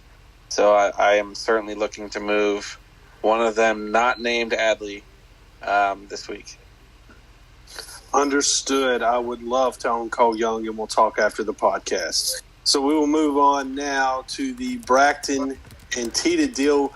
Maybe Andrew Vaughn finally found a home. Bracton gets Andrew Vaughn. Tita gets Curtis Mead and Ryan Papaya. Tita, what was the thoughts here with this move? I kind of wasn't getting the offers I wanted on Vaughn as far as shortstop-wise, so I kind of pivoted and was like, let me see if I just get the best prospect offer, because I was down to about 5, and that was kind of going to limit me. Curtis Mead, top 25, top 30 guy. Papaya injured, but, he's a top 75 spec. So it just kind of made sense for me. I'm deep. I got Yandy. I got Christian Walker. Guys like that as first baseman. So it just kind of made sense for me to go ahead and do that, try to get a couple high impact top 75 prospects to flip, which I did today for a pitching, a pitcher that I really liked. So it's just all about kind of gathering assets for me. And Bracton, did Andrew Vaughn finally find a home? For now, it appears. I was in a little first base pickle after the Luis Arias trade, but I really have liked Vaughn for a while. He's got dual eligibility. I can play him at outfield if I needed, which is important to me. I really like that he's 25. He's definitely got some room to grow, and I'm a bigger White Sox believer than maybe I should be. I mean, if these guys on this team turn in the potential they have, I feel like the White Sox should be a very good team, and a young first baseman on a very good team is something that I see Andrew Vaughn kind of forming into. So to answer your question, yeah, for now. I mean, he's the best first baseman I have right now, prospect or majors. So unless I decide to work on that a little further, I don't think that I'll be moving him anytime soon or making any significant moves when it comes to first baseman. So, yeah. Interesting. So the next trade I'll hit on real quick is Connor gets Joe Musgrove, Bubba Chandler, and Carlos Colmenares.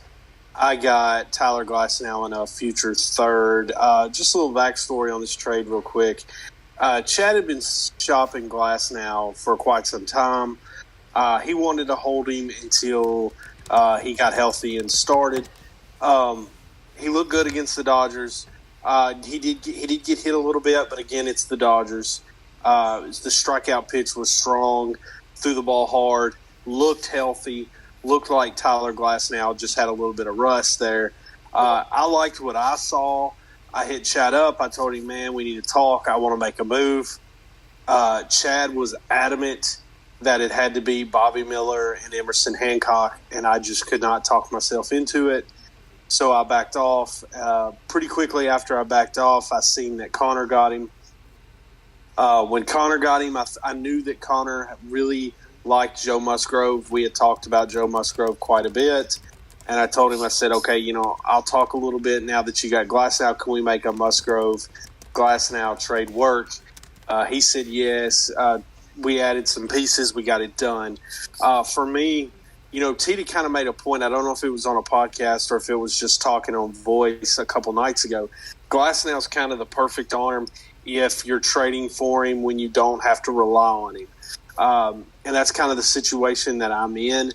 I feel like I can add this electric guy to my pitching staff if he stays healthy. Perfect. I just added a really good pitcher to what I believe is a really good pitching staff. And if he's on the IL tomorrow, it really doesn't cripple me. So I just felt kind of motivated by that to go out and make the move and get Tyler Glasnow. So I'm pretty happy with that one. Joe Musgrove is a guy that I do really like. I got him in the big Wander Bichette deal. A lot of people was kind of sleeping on Musgrove in that deal. He went into Yankee Stadium right after that and shut down the Yankee bats. So I think Musgrove was injured early this season, started slow, started coming together. But that being said, I preferred Glasnow to him, so I went ahead and made the move. And the last trade I will transition to here, I'll let Tita, just because Joe Musgrove was actually involved. Tita, I'm going to let you wrap up the trade segment here. You got Joe Musgrove. You traded Blake Snell, Tyler Miguel, and Ryan Papaya. What did you think about going out and getting Joe Musgrove here? That was the whole reason why I ended up getting Papaya earlier, was to flip him for somebody as like a starting pitcher or a shortstop that could help me now. I got Tyler McGill for a worst from Bracton and a Rage trade from Bracton.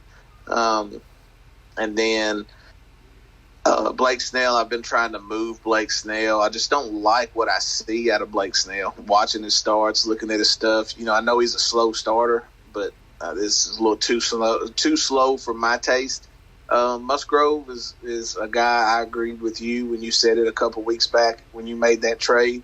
Musgrove's going to be a pretty good pitcher. He's still getting bright from breaking his toe in spring training. I think he is light. I think he is leaps and bounds better than Blake Snell. But what happens is, it gives Connor some more pieces. He can slide into that rotation if he comes back healthy around the All-Star break. So I think it helped both teams. Absolutely. And that concludes the trade segment of this podcast. That was lengthy, but it was a massive trade week. We didn't even get to all the trades. We got to most of them. I just felt listeners would want to hear kind of what our thoughts process was on those deals. And we can expect a Cole Young to Cody trade to discuss on the next podcast. So we will transition now into the projections for Week 9. We will try to go quicker here than we normally do due to the length of the trade part of the podcast.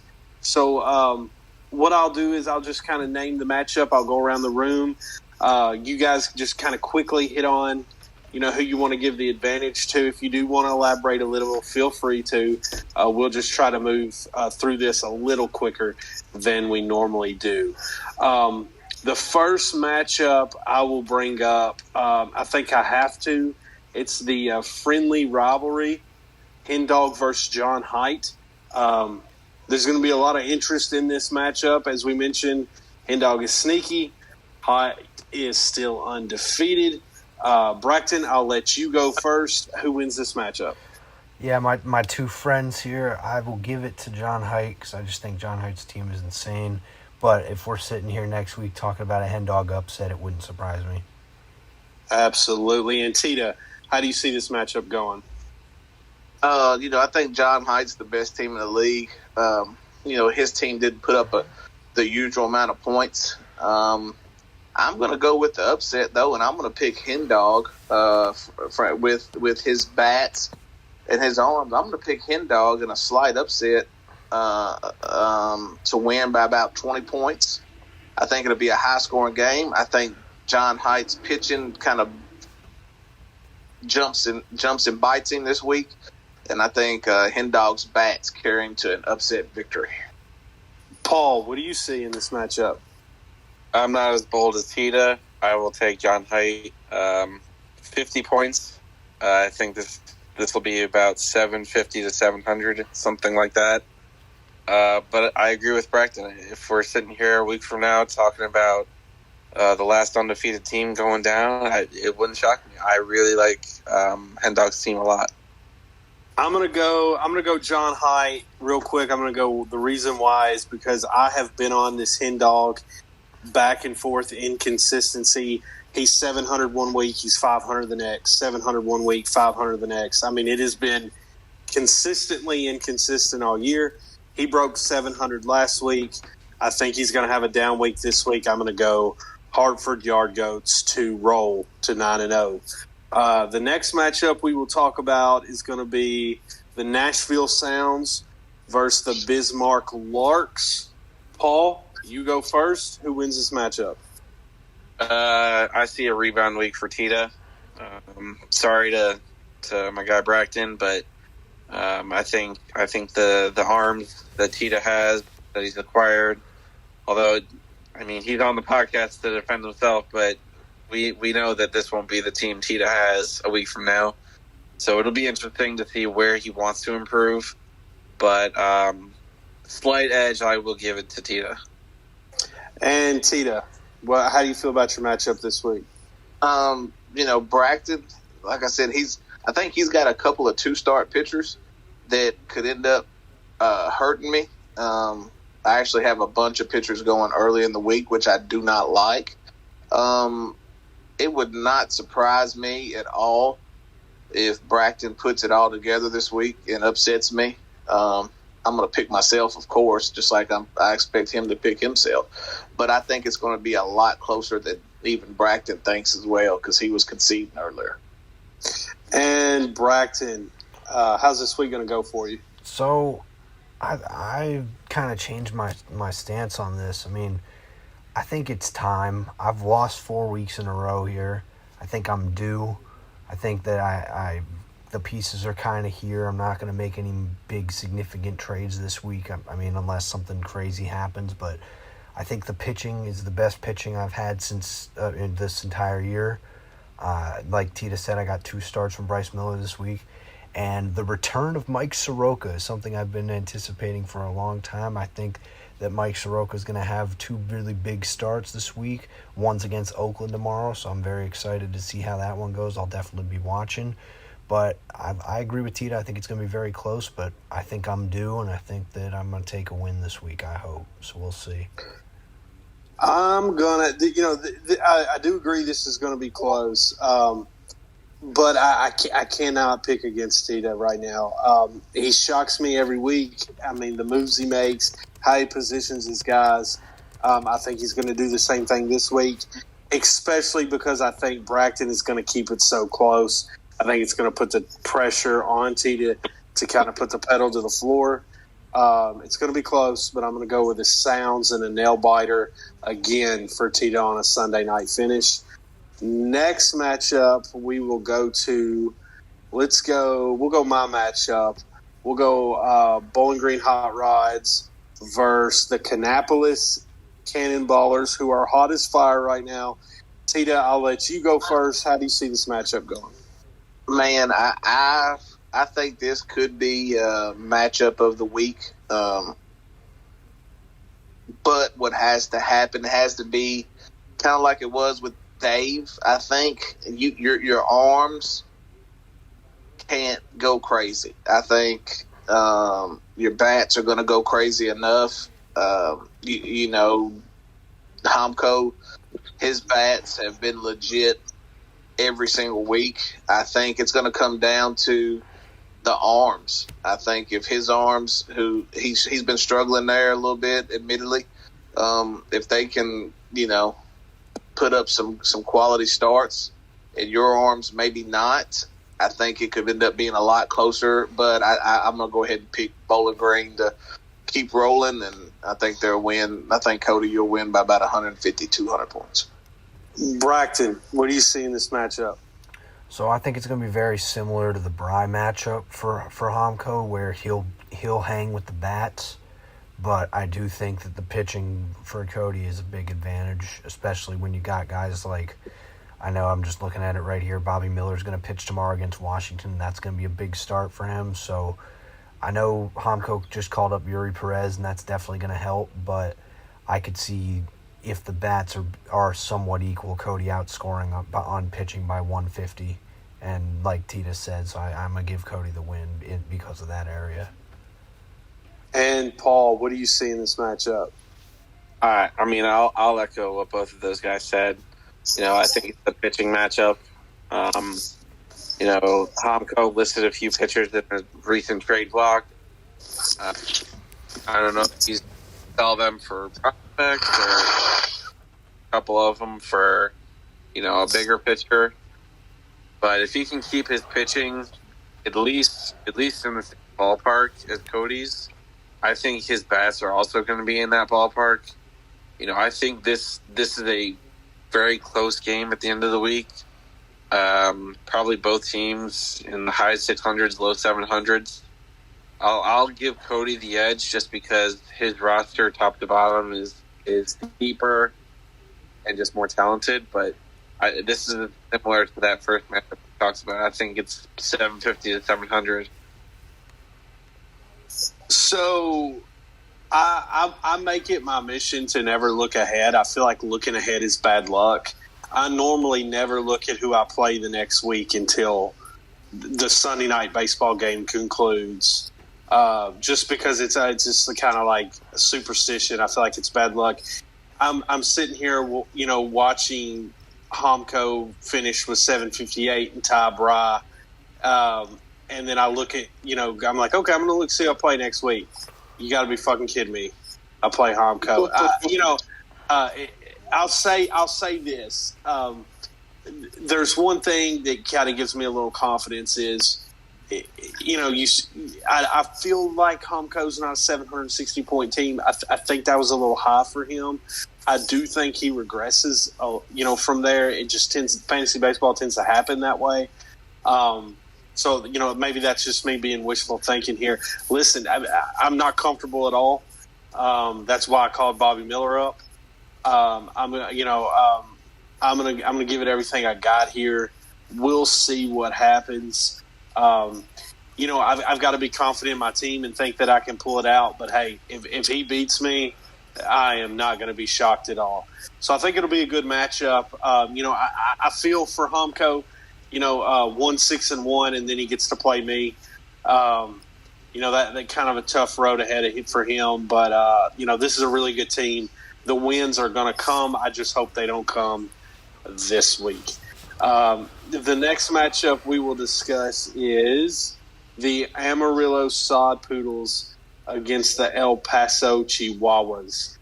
Braxton, real quick, how do you see this matchup going? Smell, but it's close because I like Smell's bats a little more than Connor, and I think that Smell has some more higher upside pitching. I want to feel like Manoah gets a good start this week. If I have to make a bold prediction, I'm going to say that Manoah gets a good start this week for in AAA or for the Toronto Blue Jays? For the Toronto Blue Jays. So, okay. So okay.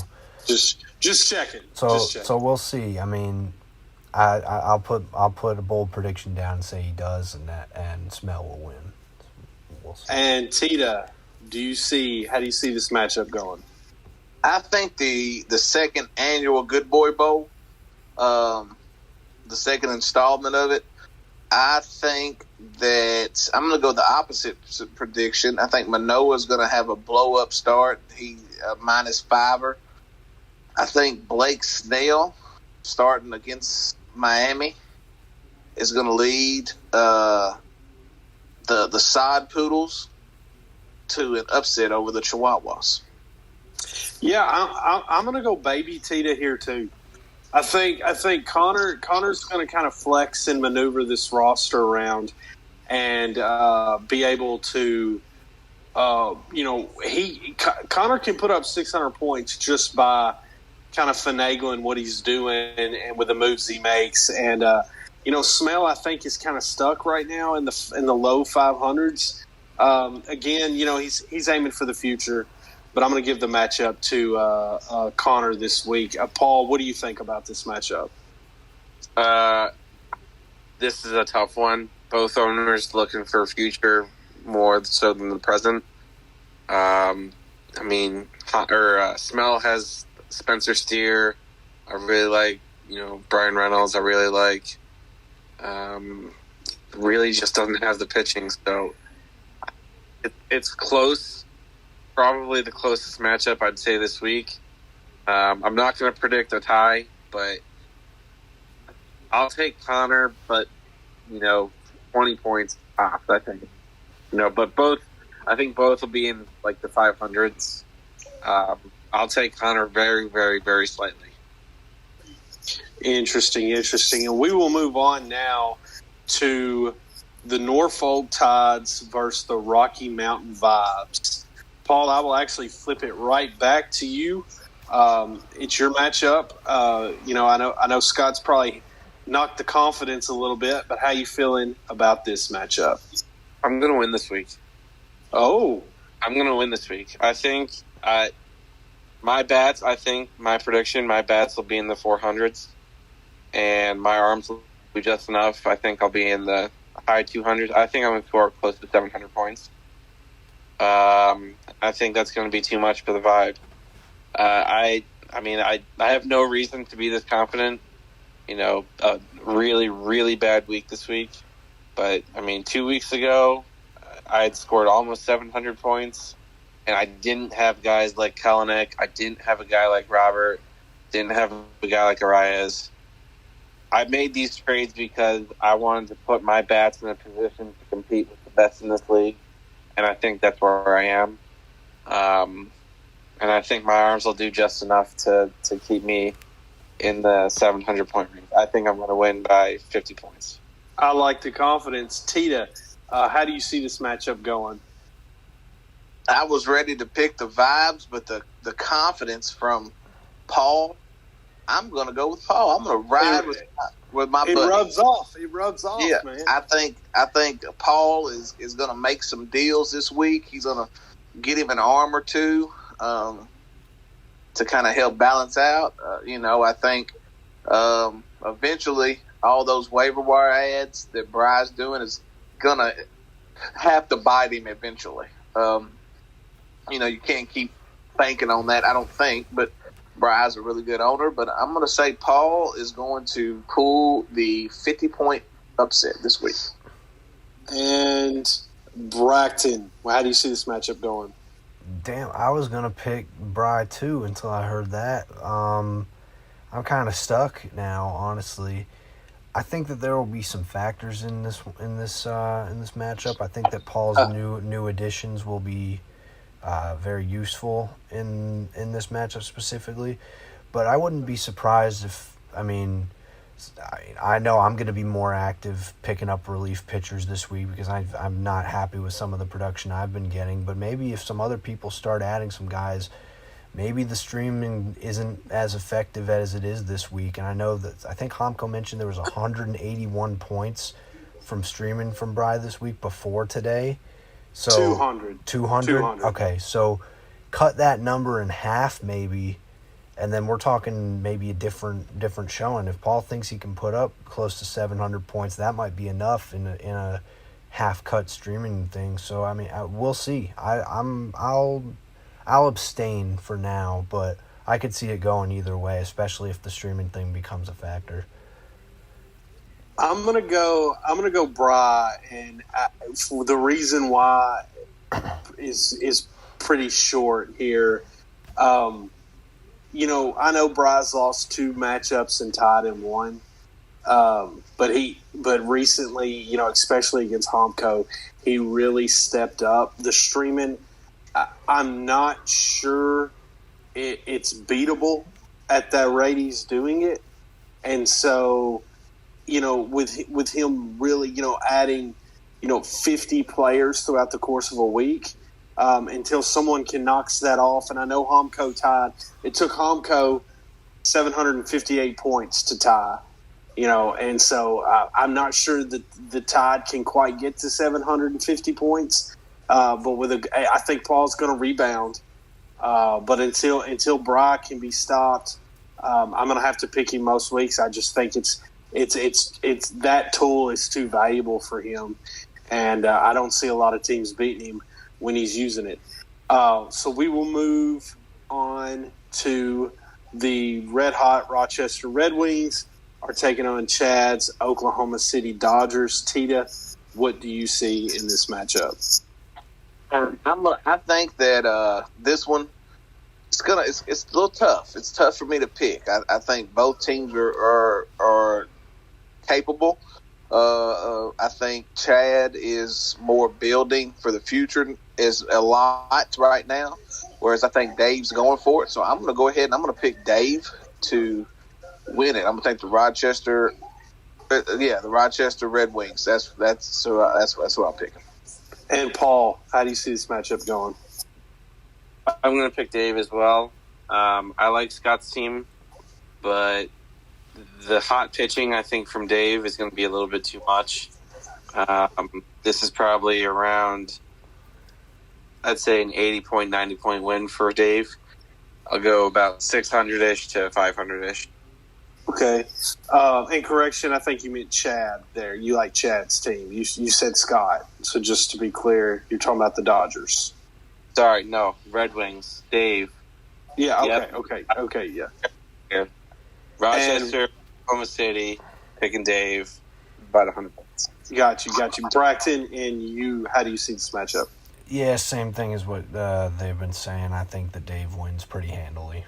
I won't. Yeah, I got to echo that. I don't see Dave definitely not losing this week. I don't know that he's going to lose very much more moving forward. He is really, really building something in Rochester. It's been fun to watch. And the last matchup of the week, if Scott played Paul every week, he may be 19-0. But had to throw that jab. Had to throw that jab in there. Unfortunately for Scott, he does not. He runs into the brick wall that is the Tampa Tar Pawns. And Jamie, is there anybody seeing upset here? Paul, I'll let you go first. How do you see this matchup going? Yeah, Scott's team turns back into the pumpkin this week. I'm sorry, Scott, you don't get to play me anymore this season. So I don't know how many more wins you'll get. But I do like Jamie's team a lot. I'm sure by now he's already turned the podcast off. But he's got a really good team. Said it for a while. We've all said it for a while that the wins are coming. And they're coming, and they're going to keep coming. This is the blowout of the week. I think he'll win by at least 150, maybe even 200. And Tita, how do you see this matchup going? Jamie, I've rattled those cages. I've lit a fire in him. That was my whole purpose. I think Jamie names the score. And Braxton, how do you see this matchup going? I see Jamie winning by a lot, but I think that this is an experiment week for Scott. Scott, I don't think, has had 12 starts yet. I want to see what Scott can do with 12 starts. Like, obviously, I don't think he's going to win, and I think that it will be a blowout even if he gets 12 starts. But why not just experiment with that this week? Just see what it could look like. If you've got nothing to lose, let's try to see what he can do with 12 starts here. That might be an interesting storyline to watch. But I mean, with or without it, Jamie by 250 plus. Yeah, I'm going to kind of echo Tita. This Scott. Unfortunately, team plays the best. I don't think it's going to matter. Jamie's team's getting better every week. I'm not shocked if he scores 900 points this week. That team, I hope we beat him while we could, because it's rolling now, and it's going to be tough to beat. Guys, that does conclude the projections part of our podcast. We will kind of wrap things up here with just some final words. I'll go around the room, and then I will have the final word before we sign off. Paul, I'll let you go. What is your final word as we head into week 9 of the season? So as we conclude the podcast, a little breaking news that me and Braxton just made a trade. Gave him Kevin Parada, and I got Gavin Stone, Joey Weimer, and Victor Acosta. Three prospects for one type of deal. I've been shopping my catching prospects because I have 3. Now I have 2.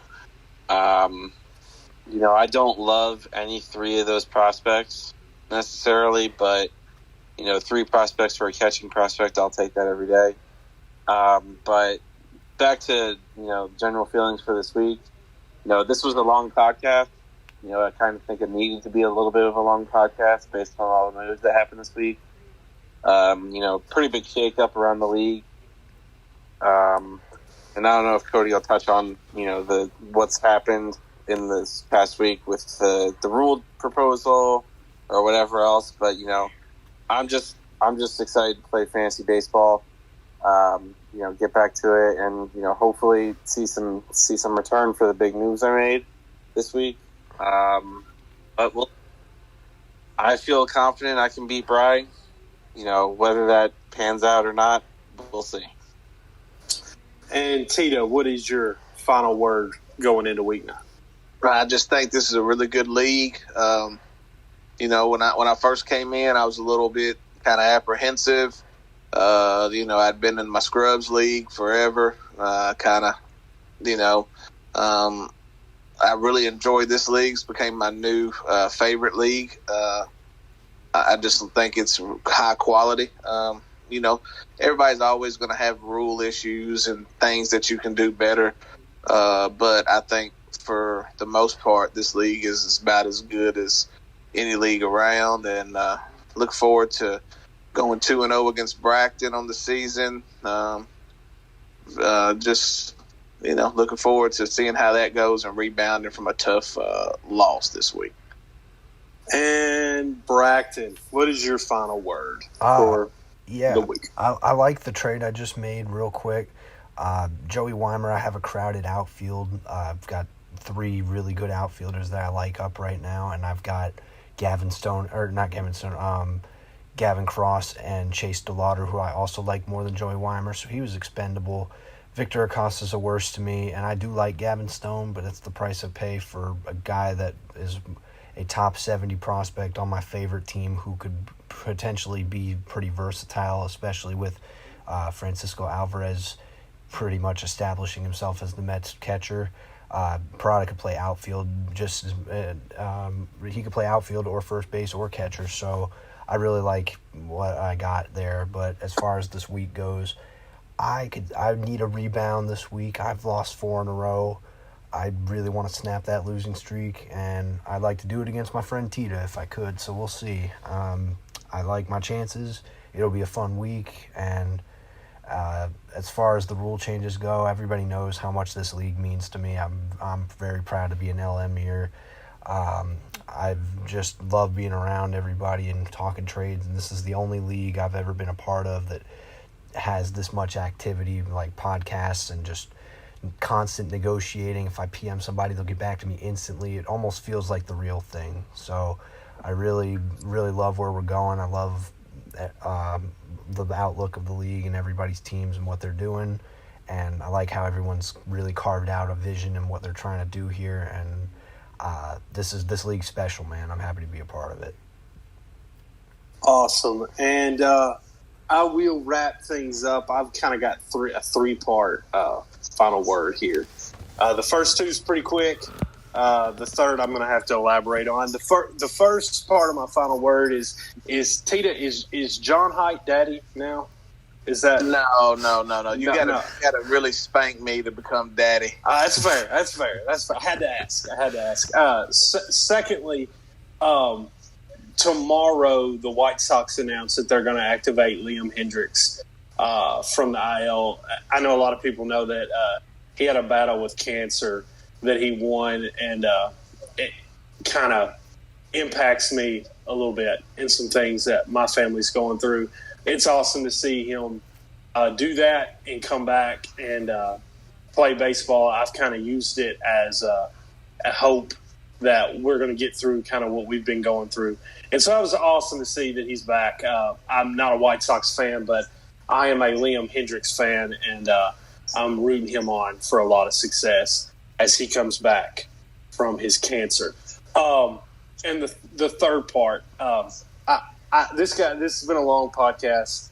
I hope you're still listening because I kind of got some things that we got to talk about real quick, and then we will end the podcast. I'm trying to think of the best way to start what needs to be said. How I'm going to start it is kind of the conclusion to what happened this week. We presented a rule change that was voted in favor of. The majority did vote in favor of extending our waiver wire period to 72 hours. Upon announcing that rule change had passed and would go into effect, one owner that this LM committee values PM me, explained to me his issues with changing rules in season, and said he was really questioning whether or not he could stay in a league that changed rules in the middle of the season, which then prompted the LM committee to really discuss if the rule change was worth losing an owner that we value, and quite frankly, if it would have been any owner. We value all the owners here. We do not want turnover. We definitely don't want turnover over something like that. And I think that there was a level to it where we agreed that changing rules in season was wrong. And so what we decided to do was table everything until the off season, really just kind of calm the temper down. And let's play fantasy baseball. Let's get to the off season, and we can talk about potentially changing things at that point. The last thing that I kind of want to discuss about was the motives of the LM committee with the rule proposal. I can't really sugarcoat it and play it nice. It was kind of petty bullshit to be accused of this committee coming up with a rule that was solely based on benefiting me. Well, I'll just call it as we were accused of benefiting me, Paul and Bracton. That really couldn't be further from the truth. I don't think the people that accused us of it even believed it. I think when you get mad, I think if there's something you disagree with, you start grasping at all straws, trying to get it stopped. We're all guilty of that. Everybody's done that at some point in their life. But it's something I felt the need to defend. Me, Bracton, and Paul work very hard on this league and making this league run the way that it does. Not everyone's going to agree with everything. We know that. Not everyone's going to enjoy these podcasts. We know that. But I'm very proud of the work that me, Bracton, and Paul do, how we negotiate things amongst ourselves in the committee. My voice isn't bigger than their voice. Bracton's voice isn't bigger. It's a very even conversation, input from all sides. And one thing that I feel like I really need to say is that I have never once – I've known Paul since 2008, known him closely since 2008. Not once has Paul ever indicated a rule change or something that would benefit his team or his situation. He's always thought league first, and that's why I value Paul so much. We are absolutely lucky to have him in the LM committee with his input and me being able to trust that he's always going to suggest what is best for the league, regardless of what that means for his team or his situation. As far as Bracton goes, I've known Bracton for a very long time. I think 2014 or 15 is when I met Bracton. Let me assure to everyone listening this podcast, no one loves this league more than Bracton does. Bracton is always going to make the best decision that he can to appease the people. Bracton's got your back in our conversations every single time. I can assure you of that. And then, for myself, I do not think that this league is perfect. I understand that as situations arise, as things come up, as loopholes are exposed, we're going to have to alter the league. We're going to have to alter the rules. It's a rule book that Paul and I worked with another group of people to create, 14, 15, 16 years ago, and has been altered many times based on needs. But we do believe in the rule book that we have. We think it's fair. We think it's fun. We think it enables owners to manage their teams freely. With that being said, there's still things that arise that it is my job to bring up, to call out, and to say, hey, we need to have a conversation about this. This isn't working.